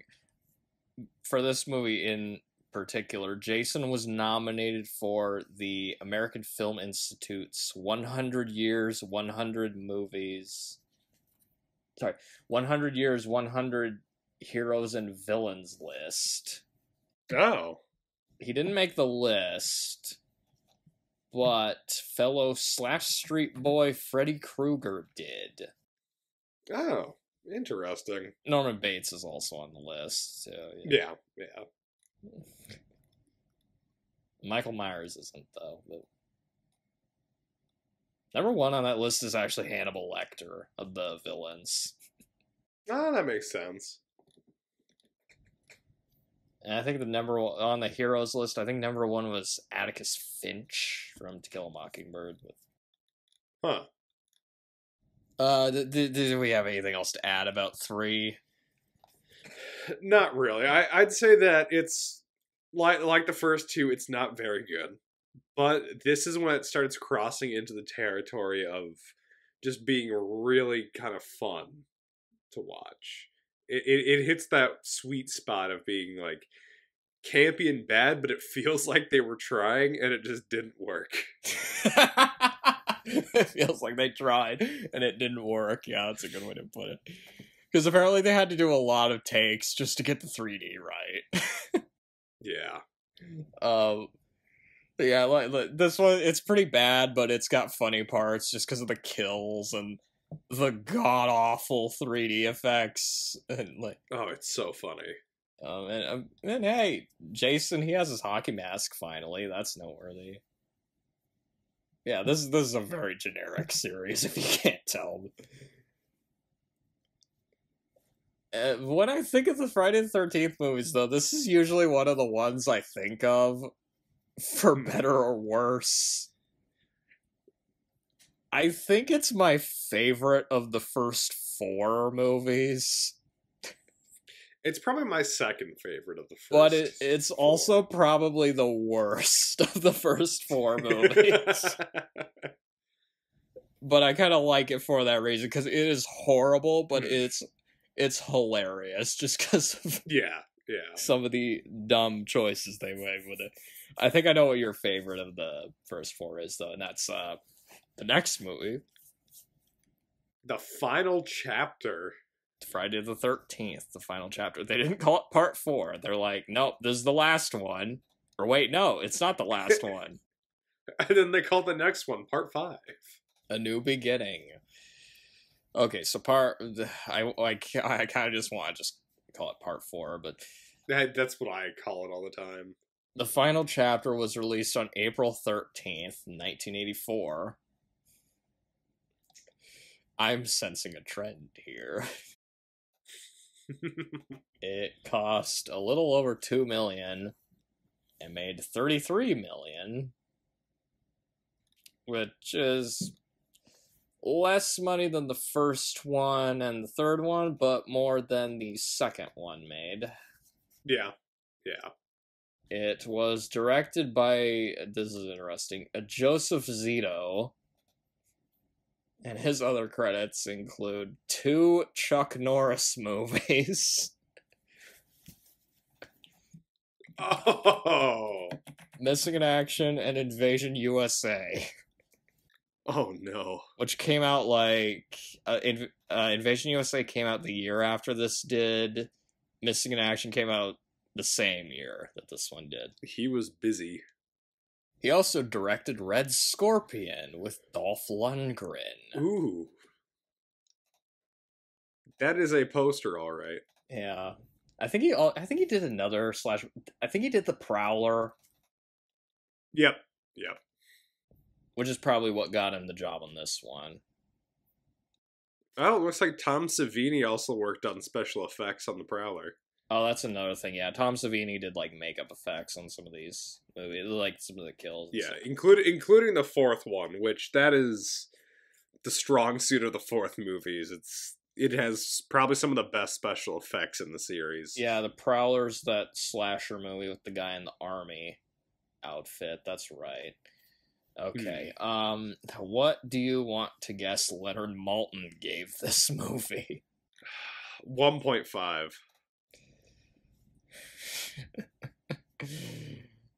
That is not correct. Did he give it a bomb? Yeah, he gave it a bomb. Of course. He said, "Why bother with a new script?"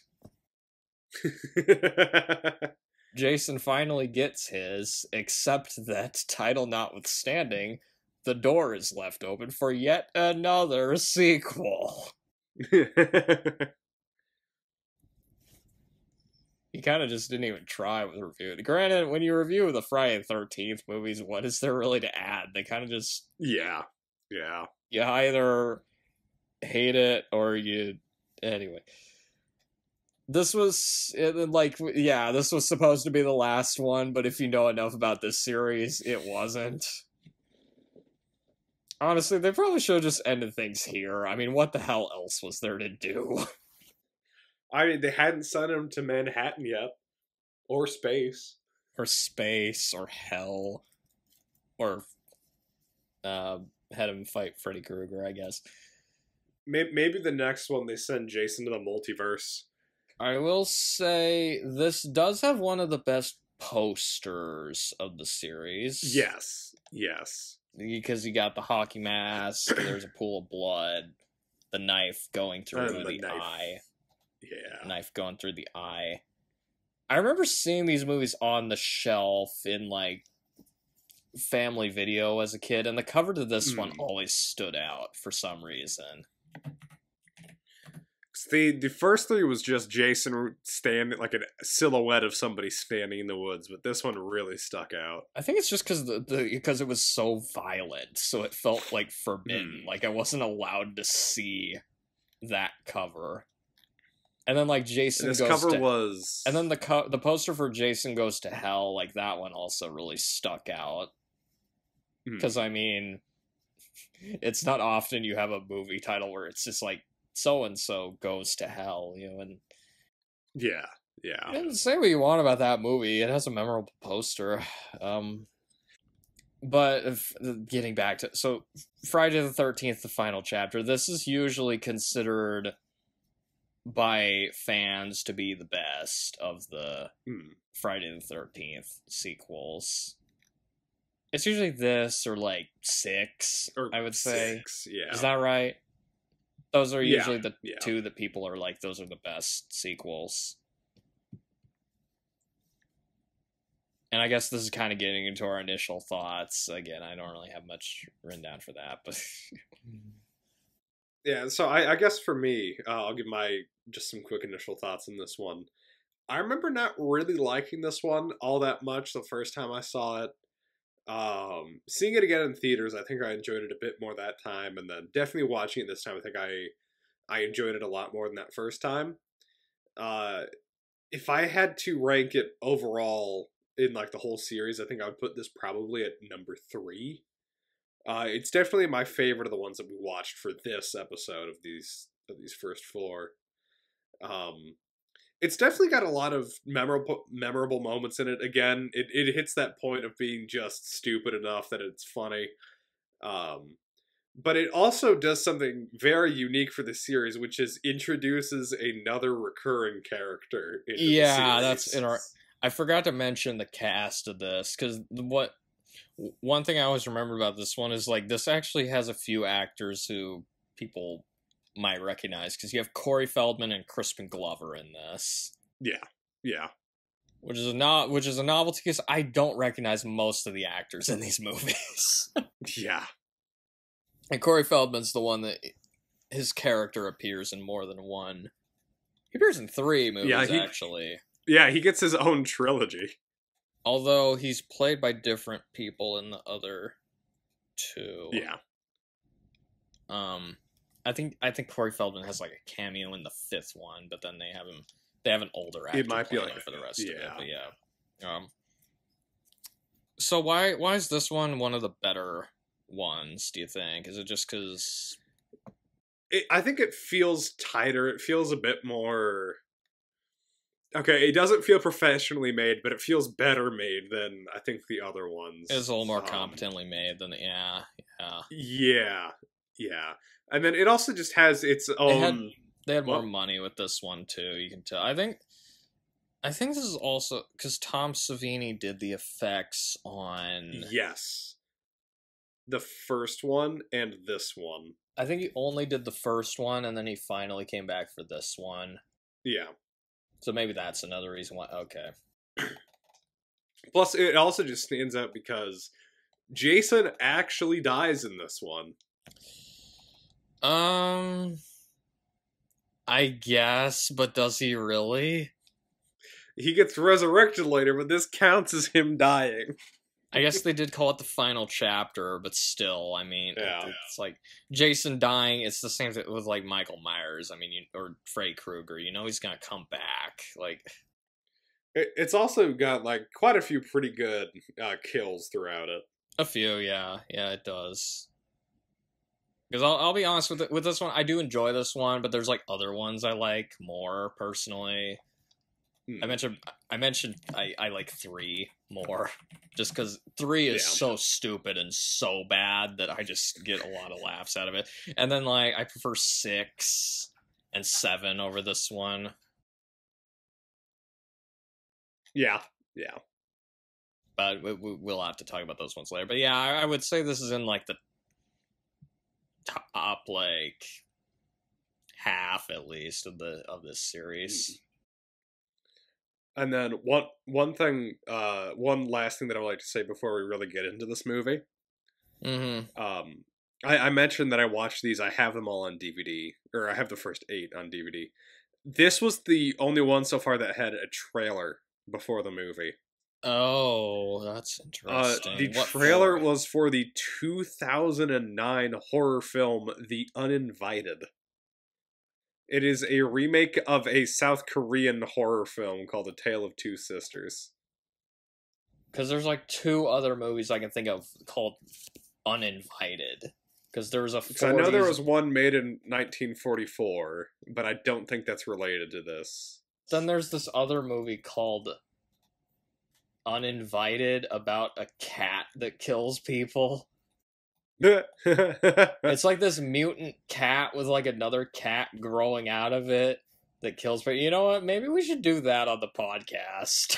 It could be kind of funny. I feel like that would be a funny one. It's just called Uninvited. It came out in 1987. But anyway. So this was yet another movie called The Uninvited. Why are there so many movies called Uninvited? It's a generic enough name. You can use it for just about any genre. 2009, is it any good? Okay, apparently it's not even that good. Doesn't have very good... Yeah, that doesn't surprise people. Although Roger Ebert apparently liked it. Huh. He gave it a 3 out of 4 stars. He liked it more than any Friday the 13th movie, apparently. And The Thing. He liked it more than John Carpenter's The Thing. Anyway. I guess 6.3 out of 10 on IMDb. That's not too bad. I think that's higher than most Friday the 13th movies get on IMDb. Yeah. Besides, like, the first one, but anyway. So, should we get into talking more with... Yeah. You'd think people would just stay away from this camp at this point. I mean... Well, to be fair, this one takes place, like, the day after the last movie. Oh, that's another thing okay.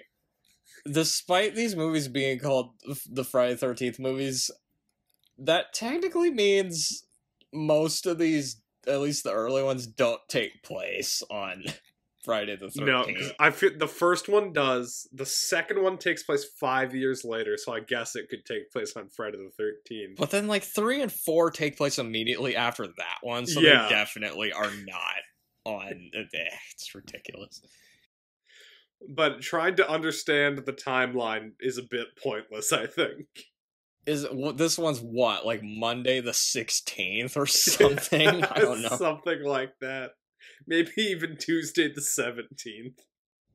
Yeah, you're just like, I mean, at this point they're kind of just asking for it. I mean, just leave poor Jason alone, you know?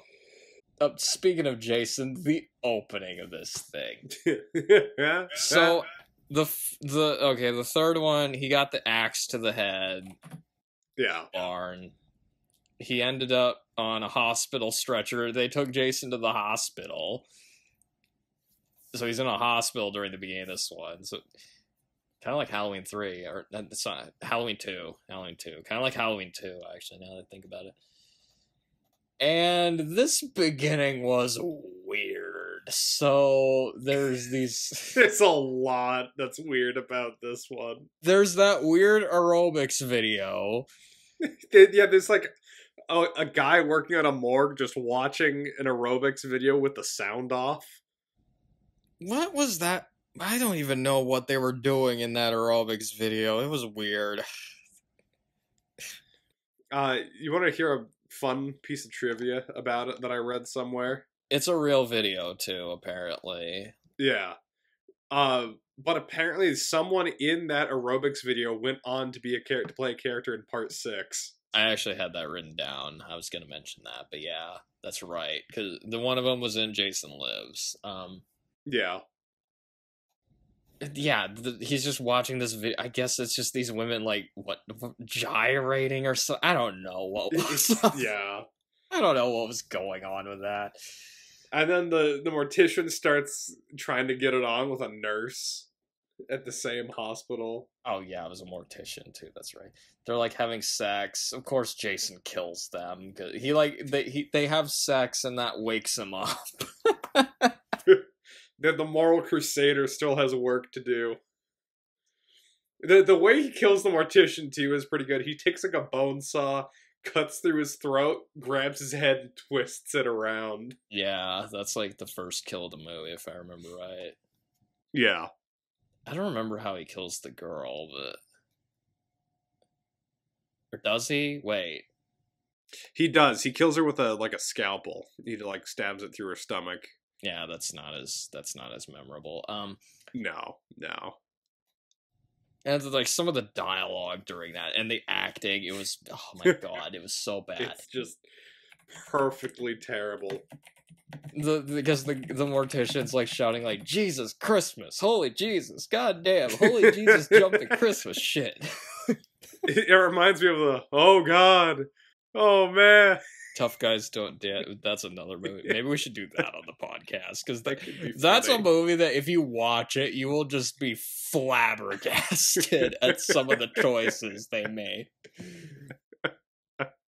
But at the same time, I feel like that movie would break your brain too because it's just almost impossible to follow and like again, that be getting off topic. And then the nurse, she's like, one of her lines, she like says, "I'll tell you where I'm going crazy." Like, what? Oh, for fuck's sake. Yeah. That dialogue. I like had to look it up later because I was like, wait, what was that line the other guy? But hey, he mentions Christmas and it's almost Christmas, so yeah. But yeah, this one actually does offer a few memorable characters, which is more than can be said for the first 3 movies. Mostly Tommy Jarvis, played by Corey Feldman, and then Crispin Glover. Yeah, let's talk about Tommy Jarvis first. So he's one of the few characters who actually appears in like more than one movie. Yeah. And in this movie, he's this kid with a bunch of like monster masks that he made himself. They're pretty impressive masks too. I don't know how this. Yeah, they are kid, for a kid who's like what, like 10 years old in this. I think he's like 10 or 11 maybe. And he wears one of the masks while playing video games. Like, yeah, what? It looks like he was playing a Commodore 64 while wearing like some alien masks. I don't know. I was gonna ask what system that was, but yeah, I think it was a Commodore 64. Yeah, it was the 80s, so that had to be it. Yeah, it was before the NES existed, so it had to be something like that. Maybe it was one of the Atari computers, but yeah, for some reason he's just got all these like masks and like I'm kind of surprised they didn't do more with that though. You'd think that like he'd use those more during like the climax or something, but anyway. But he like lives with his family right near Camp Crystal Lake because what better spot to live than right by the crazed lunatic? I guess it must have been cheap to get. There's even a character at one point that's like, I didn't think anyone would live out this far in the woods. But yeah. And yeah, this is pretty typical stuff for this series. I mean, you got these kids just sitting around having sex, drinking, doing drugs, watching porn, and then Jason shows up and kills them because who cares if there's a plot to these? I mean, yeah. Should we mention Crispin Glover next? Yeah. So he's kind of like this sort of dweeby character. He's kind of just playing George McFly. Pretty much. But before he actually played George McFly, you know. There's this scene where he throws like a record on while him and his buddies are hanging out at the cabin.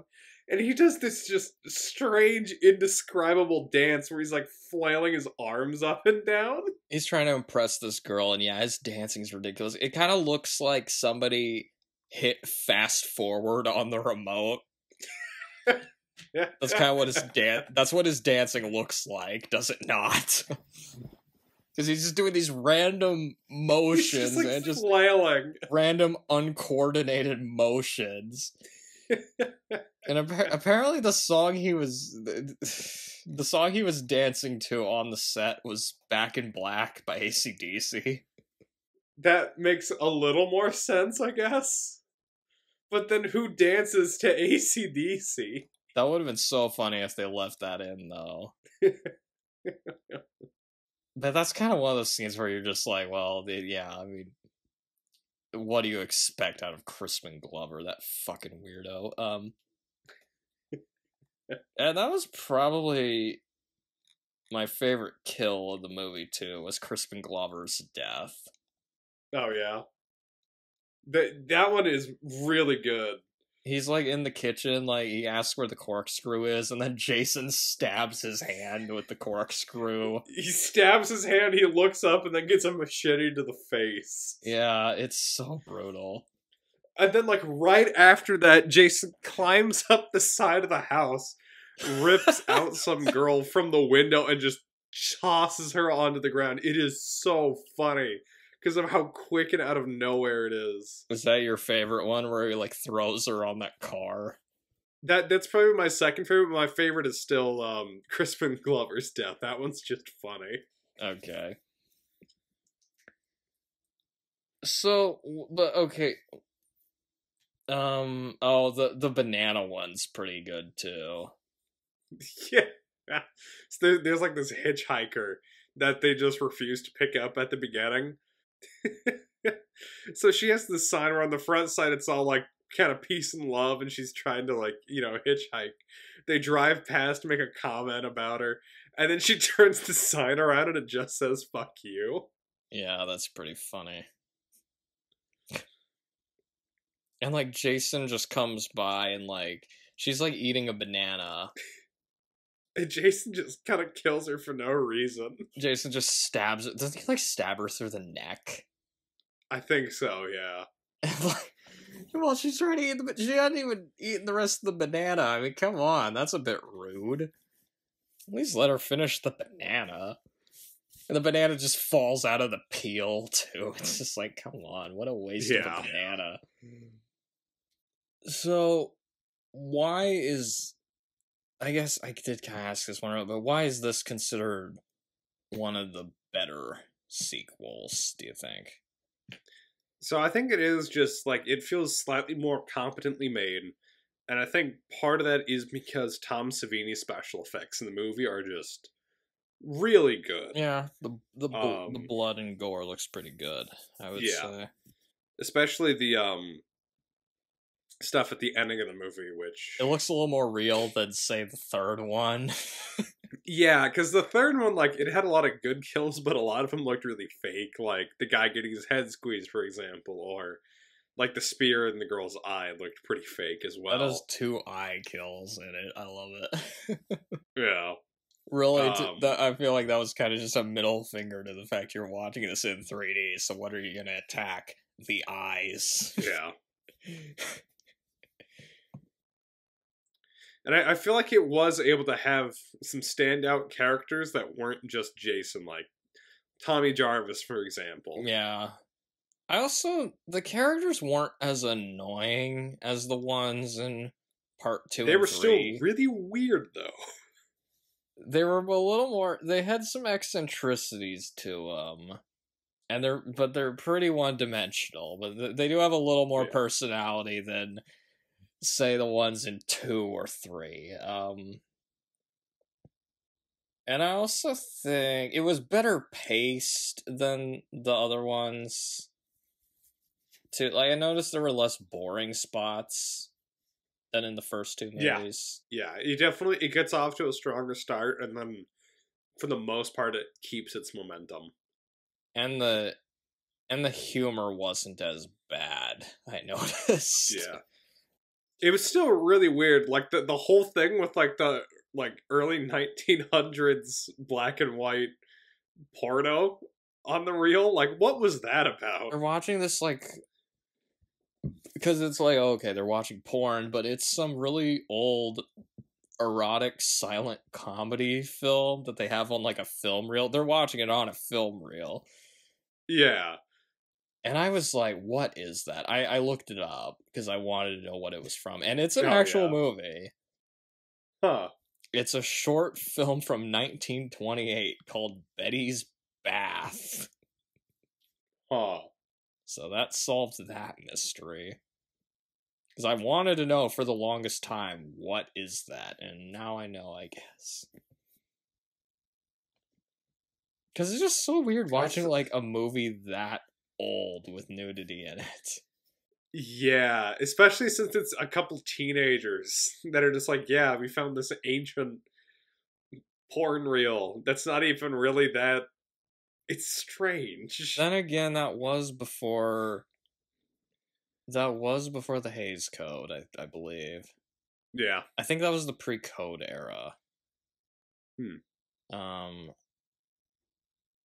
Because the pre-code era was like 1927 to 1934, so yeah, 1928. There's also there's a lot of nudity in this one. Yeah, like you mentioned, they have that huge, like, skinny dipping scene early in the movie. Everybody's skinny dipping. You just see, you just see everybody's asses during that scene. Like, yeah. There's Tommy Jarvis peeking at the girl through the window kind of earlier on in the movie. Yeah. He's, like, really excited about it, too. He's, like, jumping up and down in his bed. And then later... he's, like, kicking his feet in the air. And then later he's, like... He, like, sees them, like, all skinny dipping, and his mom, like, turns him away. But anyway. So, yeah, you get a lot of TNA in this movie, if that's what you're looking for. How about we talk about the big kill, the one at the end of the movie? Or, well, I did like the guy watching the film projector.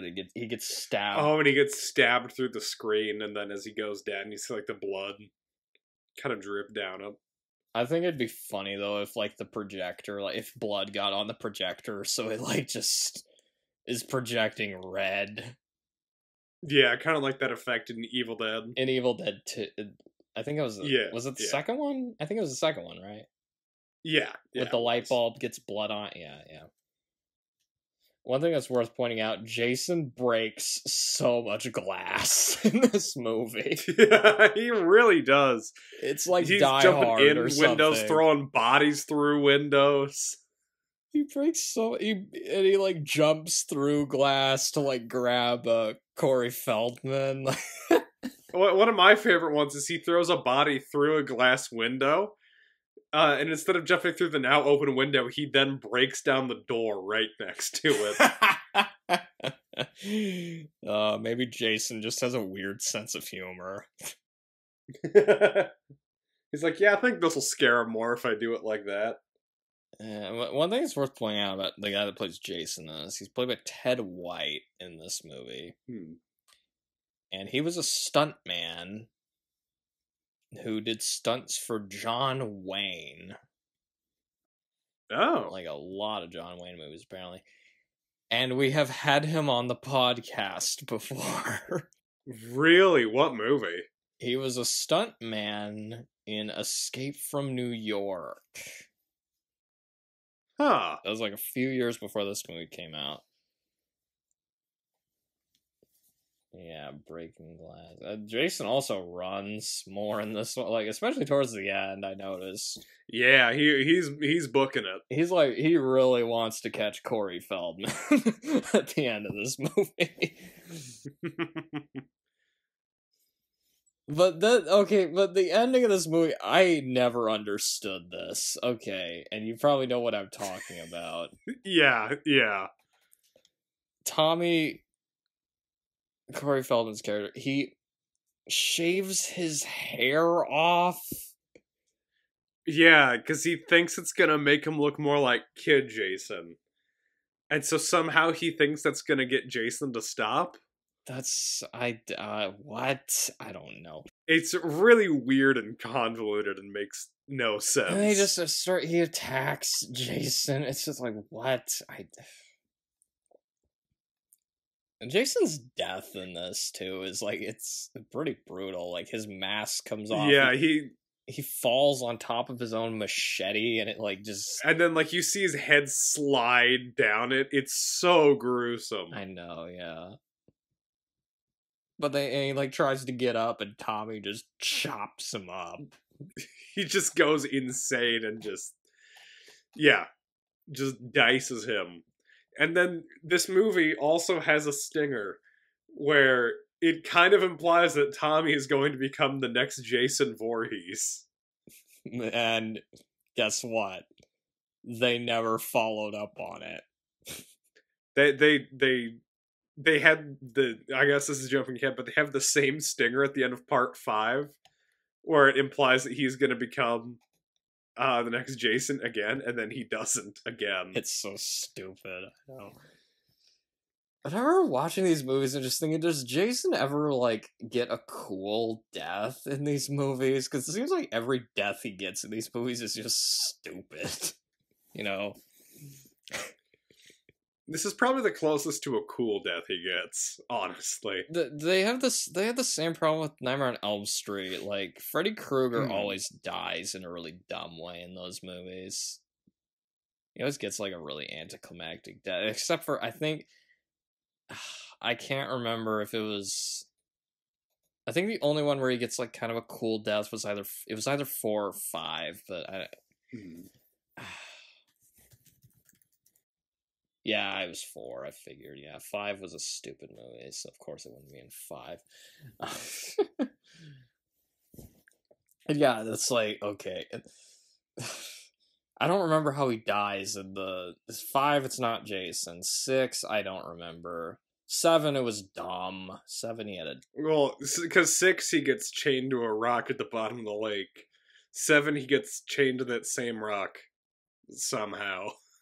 Well, that, and you also had the dead dad coming out of the lake. Who I guess tied him up to the rock again. And then 8, he gets toxic sludged to death. Or back to a kid. It's weird. The effect looks terrible now. Yeah, he doesn't really get any cool deaths in any of these movies. The closest thing they get, I think, is at the beginning of Jason Goes to Hell, when the army just unloads on him. That's probably the closest they get. That's also, like, maybe the only good scene from that movie. Yeah. That's, like, it's the only scene in that movie that sticks out as being kind of cool. And also, I like Jason's design. Yeah. For some reason, it looks like a misshapen old man in that one. I don't know what happened, but... I guess it's because he melted and then somehow reformed. Anyway. Yeah. But yeah, it's like, okay, they're like going, oh, Corey Feldman's like gonna become the killer, but then that never happens. But then it goes nowhere. And then right before the movie ends, Jason sings Every Life I Take. Oh my god. If anybody hasn't seen that, go look it up. That video is so funny. You wouldn't expect Jason to have that good of a singing voice, you know? But him and Michael Myers, like, you know, those Slash Street boys, they have really good singing voices. They're just great voices. Of course, the two that don't even talk in the movies, they're the ones with the best singing voices. Okay, do you have any more stuff to talk about? I think I'm pretty much done with these. Okay, so overall thoughts. I would say, yeah, the 4 is one of the better sequels. Yeah, for sure. Jason looks pretty good. I'd say this is one of his best costumes of the series. Yeah. Yeah. This and like 6 and 7.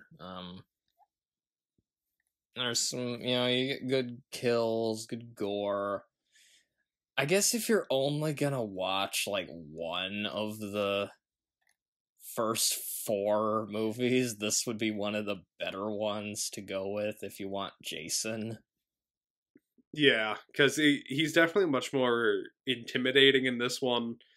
Plus, he just has, I think, a few more unique kills than in the previous few. And it's also helped that this one, like, the characters aren't completely annoying in this one. They're a little bit, more interesting. Granted, it's a very low bar, because none of the characters are that great.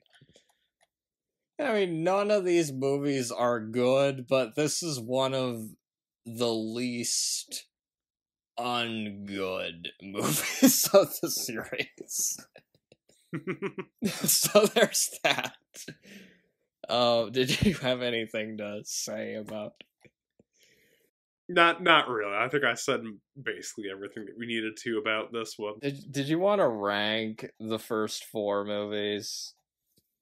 Yeah, I've kind of done that as we've gone along, but I guess in order from most enjoyable to least, I'd say part 4 is my favorite, then 3, then 1, then 2. Okay, mine's a little bit different, because for me the most enjoyable of the first 4 was part 3. I love the eyeball kill, what can I say? Then this one, the 4th one, it's the 4th one's definitely a better movie. Yeah. But I don't know, 3 is just so stupid and so bad that I really enjoy it. Then below the 4th one, I would put the first one, and then below that, I'd put the second one.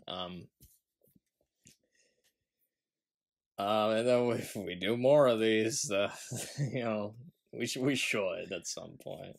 Yeah. The next Friday the 13th is going to be in June, so that might be a good time to revisit them, just because it'll be a nice summer movie to watch a couple more of these. Am I gonna have to watch one of these on my fucking birthday or something? Anyway. At the very least, I'd like to do part 6 and part 7. Those are probably my... Yeah. Those are probably my favorite ones. Jason X is also pretty bad, but that one, it might be fun to talk about. Yeah. It's a terrible movie, but I mean, there is a lot to talk about, to be fair. Same with Freddy versus Jason, but again, we'd have to do some of the Nightmare on Elm Street movies before doing that one. Oh, wait, Freddy versus Jason. I can't believe you've seen all of these multiple times now, right? Yes. I've only seen Jason Goes to Hell once. Okay, well, that one barely even counts, to be fair. Yeah. Okay, so that all you had to say, or? Yeah. But yeah, no, we're not doing Friday the 13th again. I feel like we need a break anyway. It's kind of... Yeah. There's so many of these. Our next podcast is a comic book movie made by Disney. Howard the Duck. Howard the Duck? No, we're not. I know, I've mentioned Howard the Duck a few times before, and you shudder whenever I do mention it. Ugh. I live in fear of that movie. As you should. Okay, no. It's not made by Disney, though. I said it was a comic book movie made by Disney. That was not Disney. That was Lucasfilm.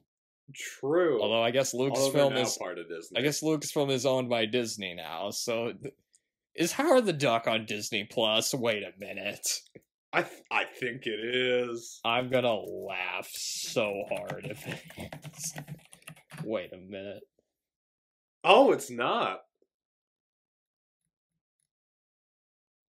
It's on Roku. Damn it. That's a missed opportunity.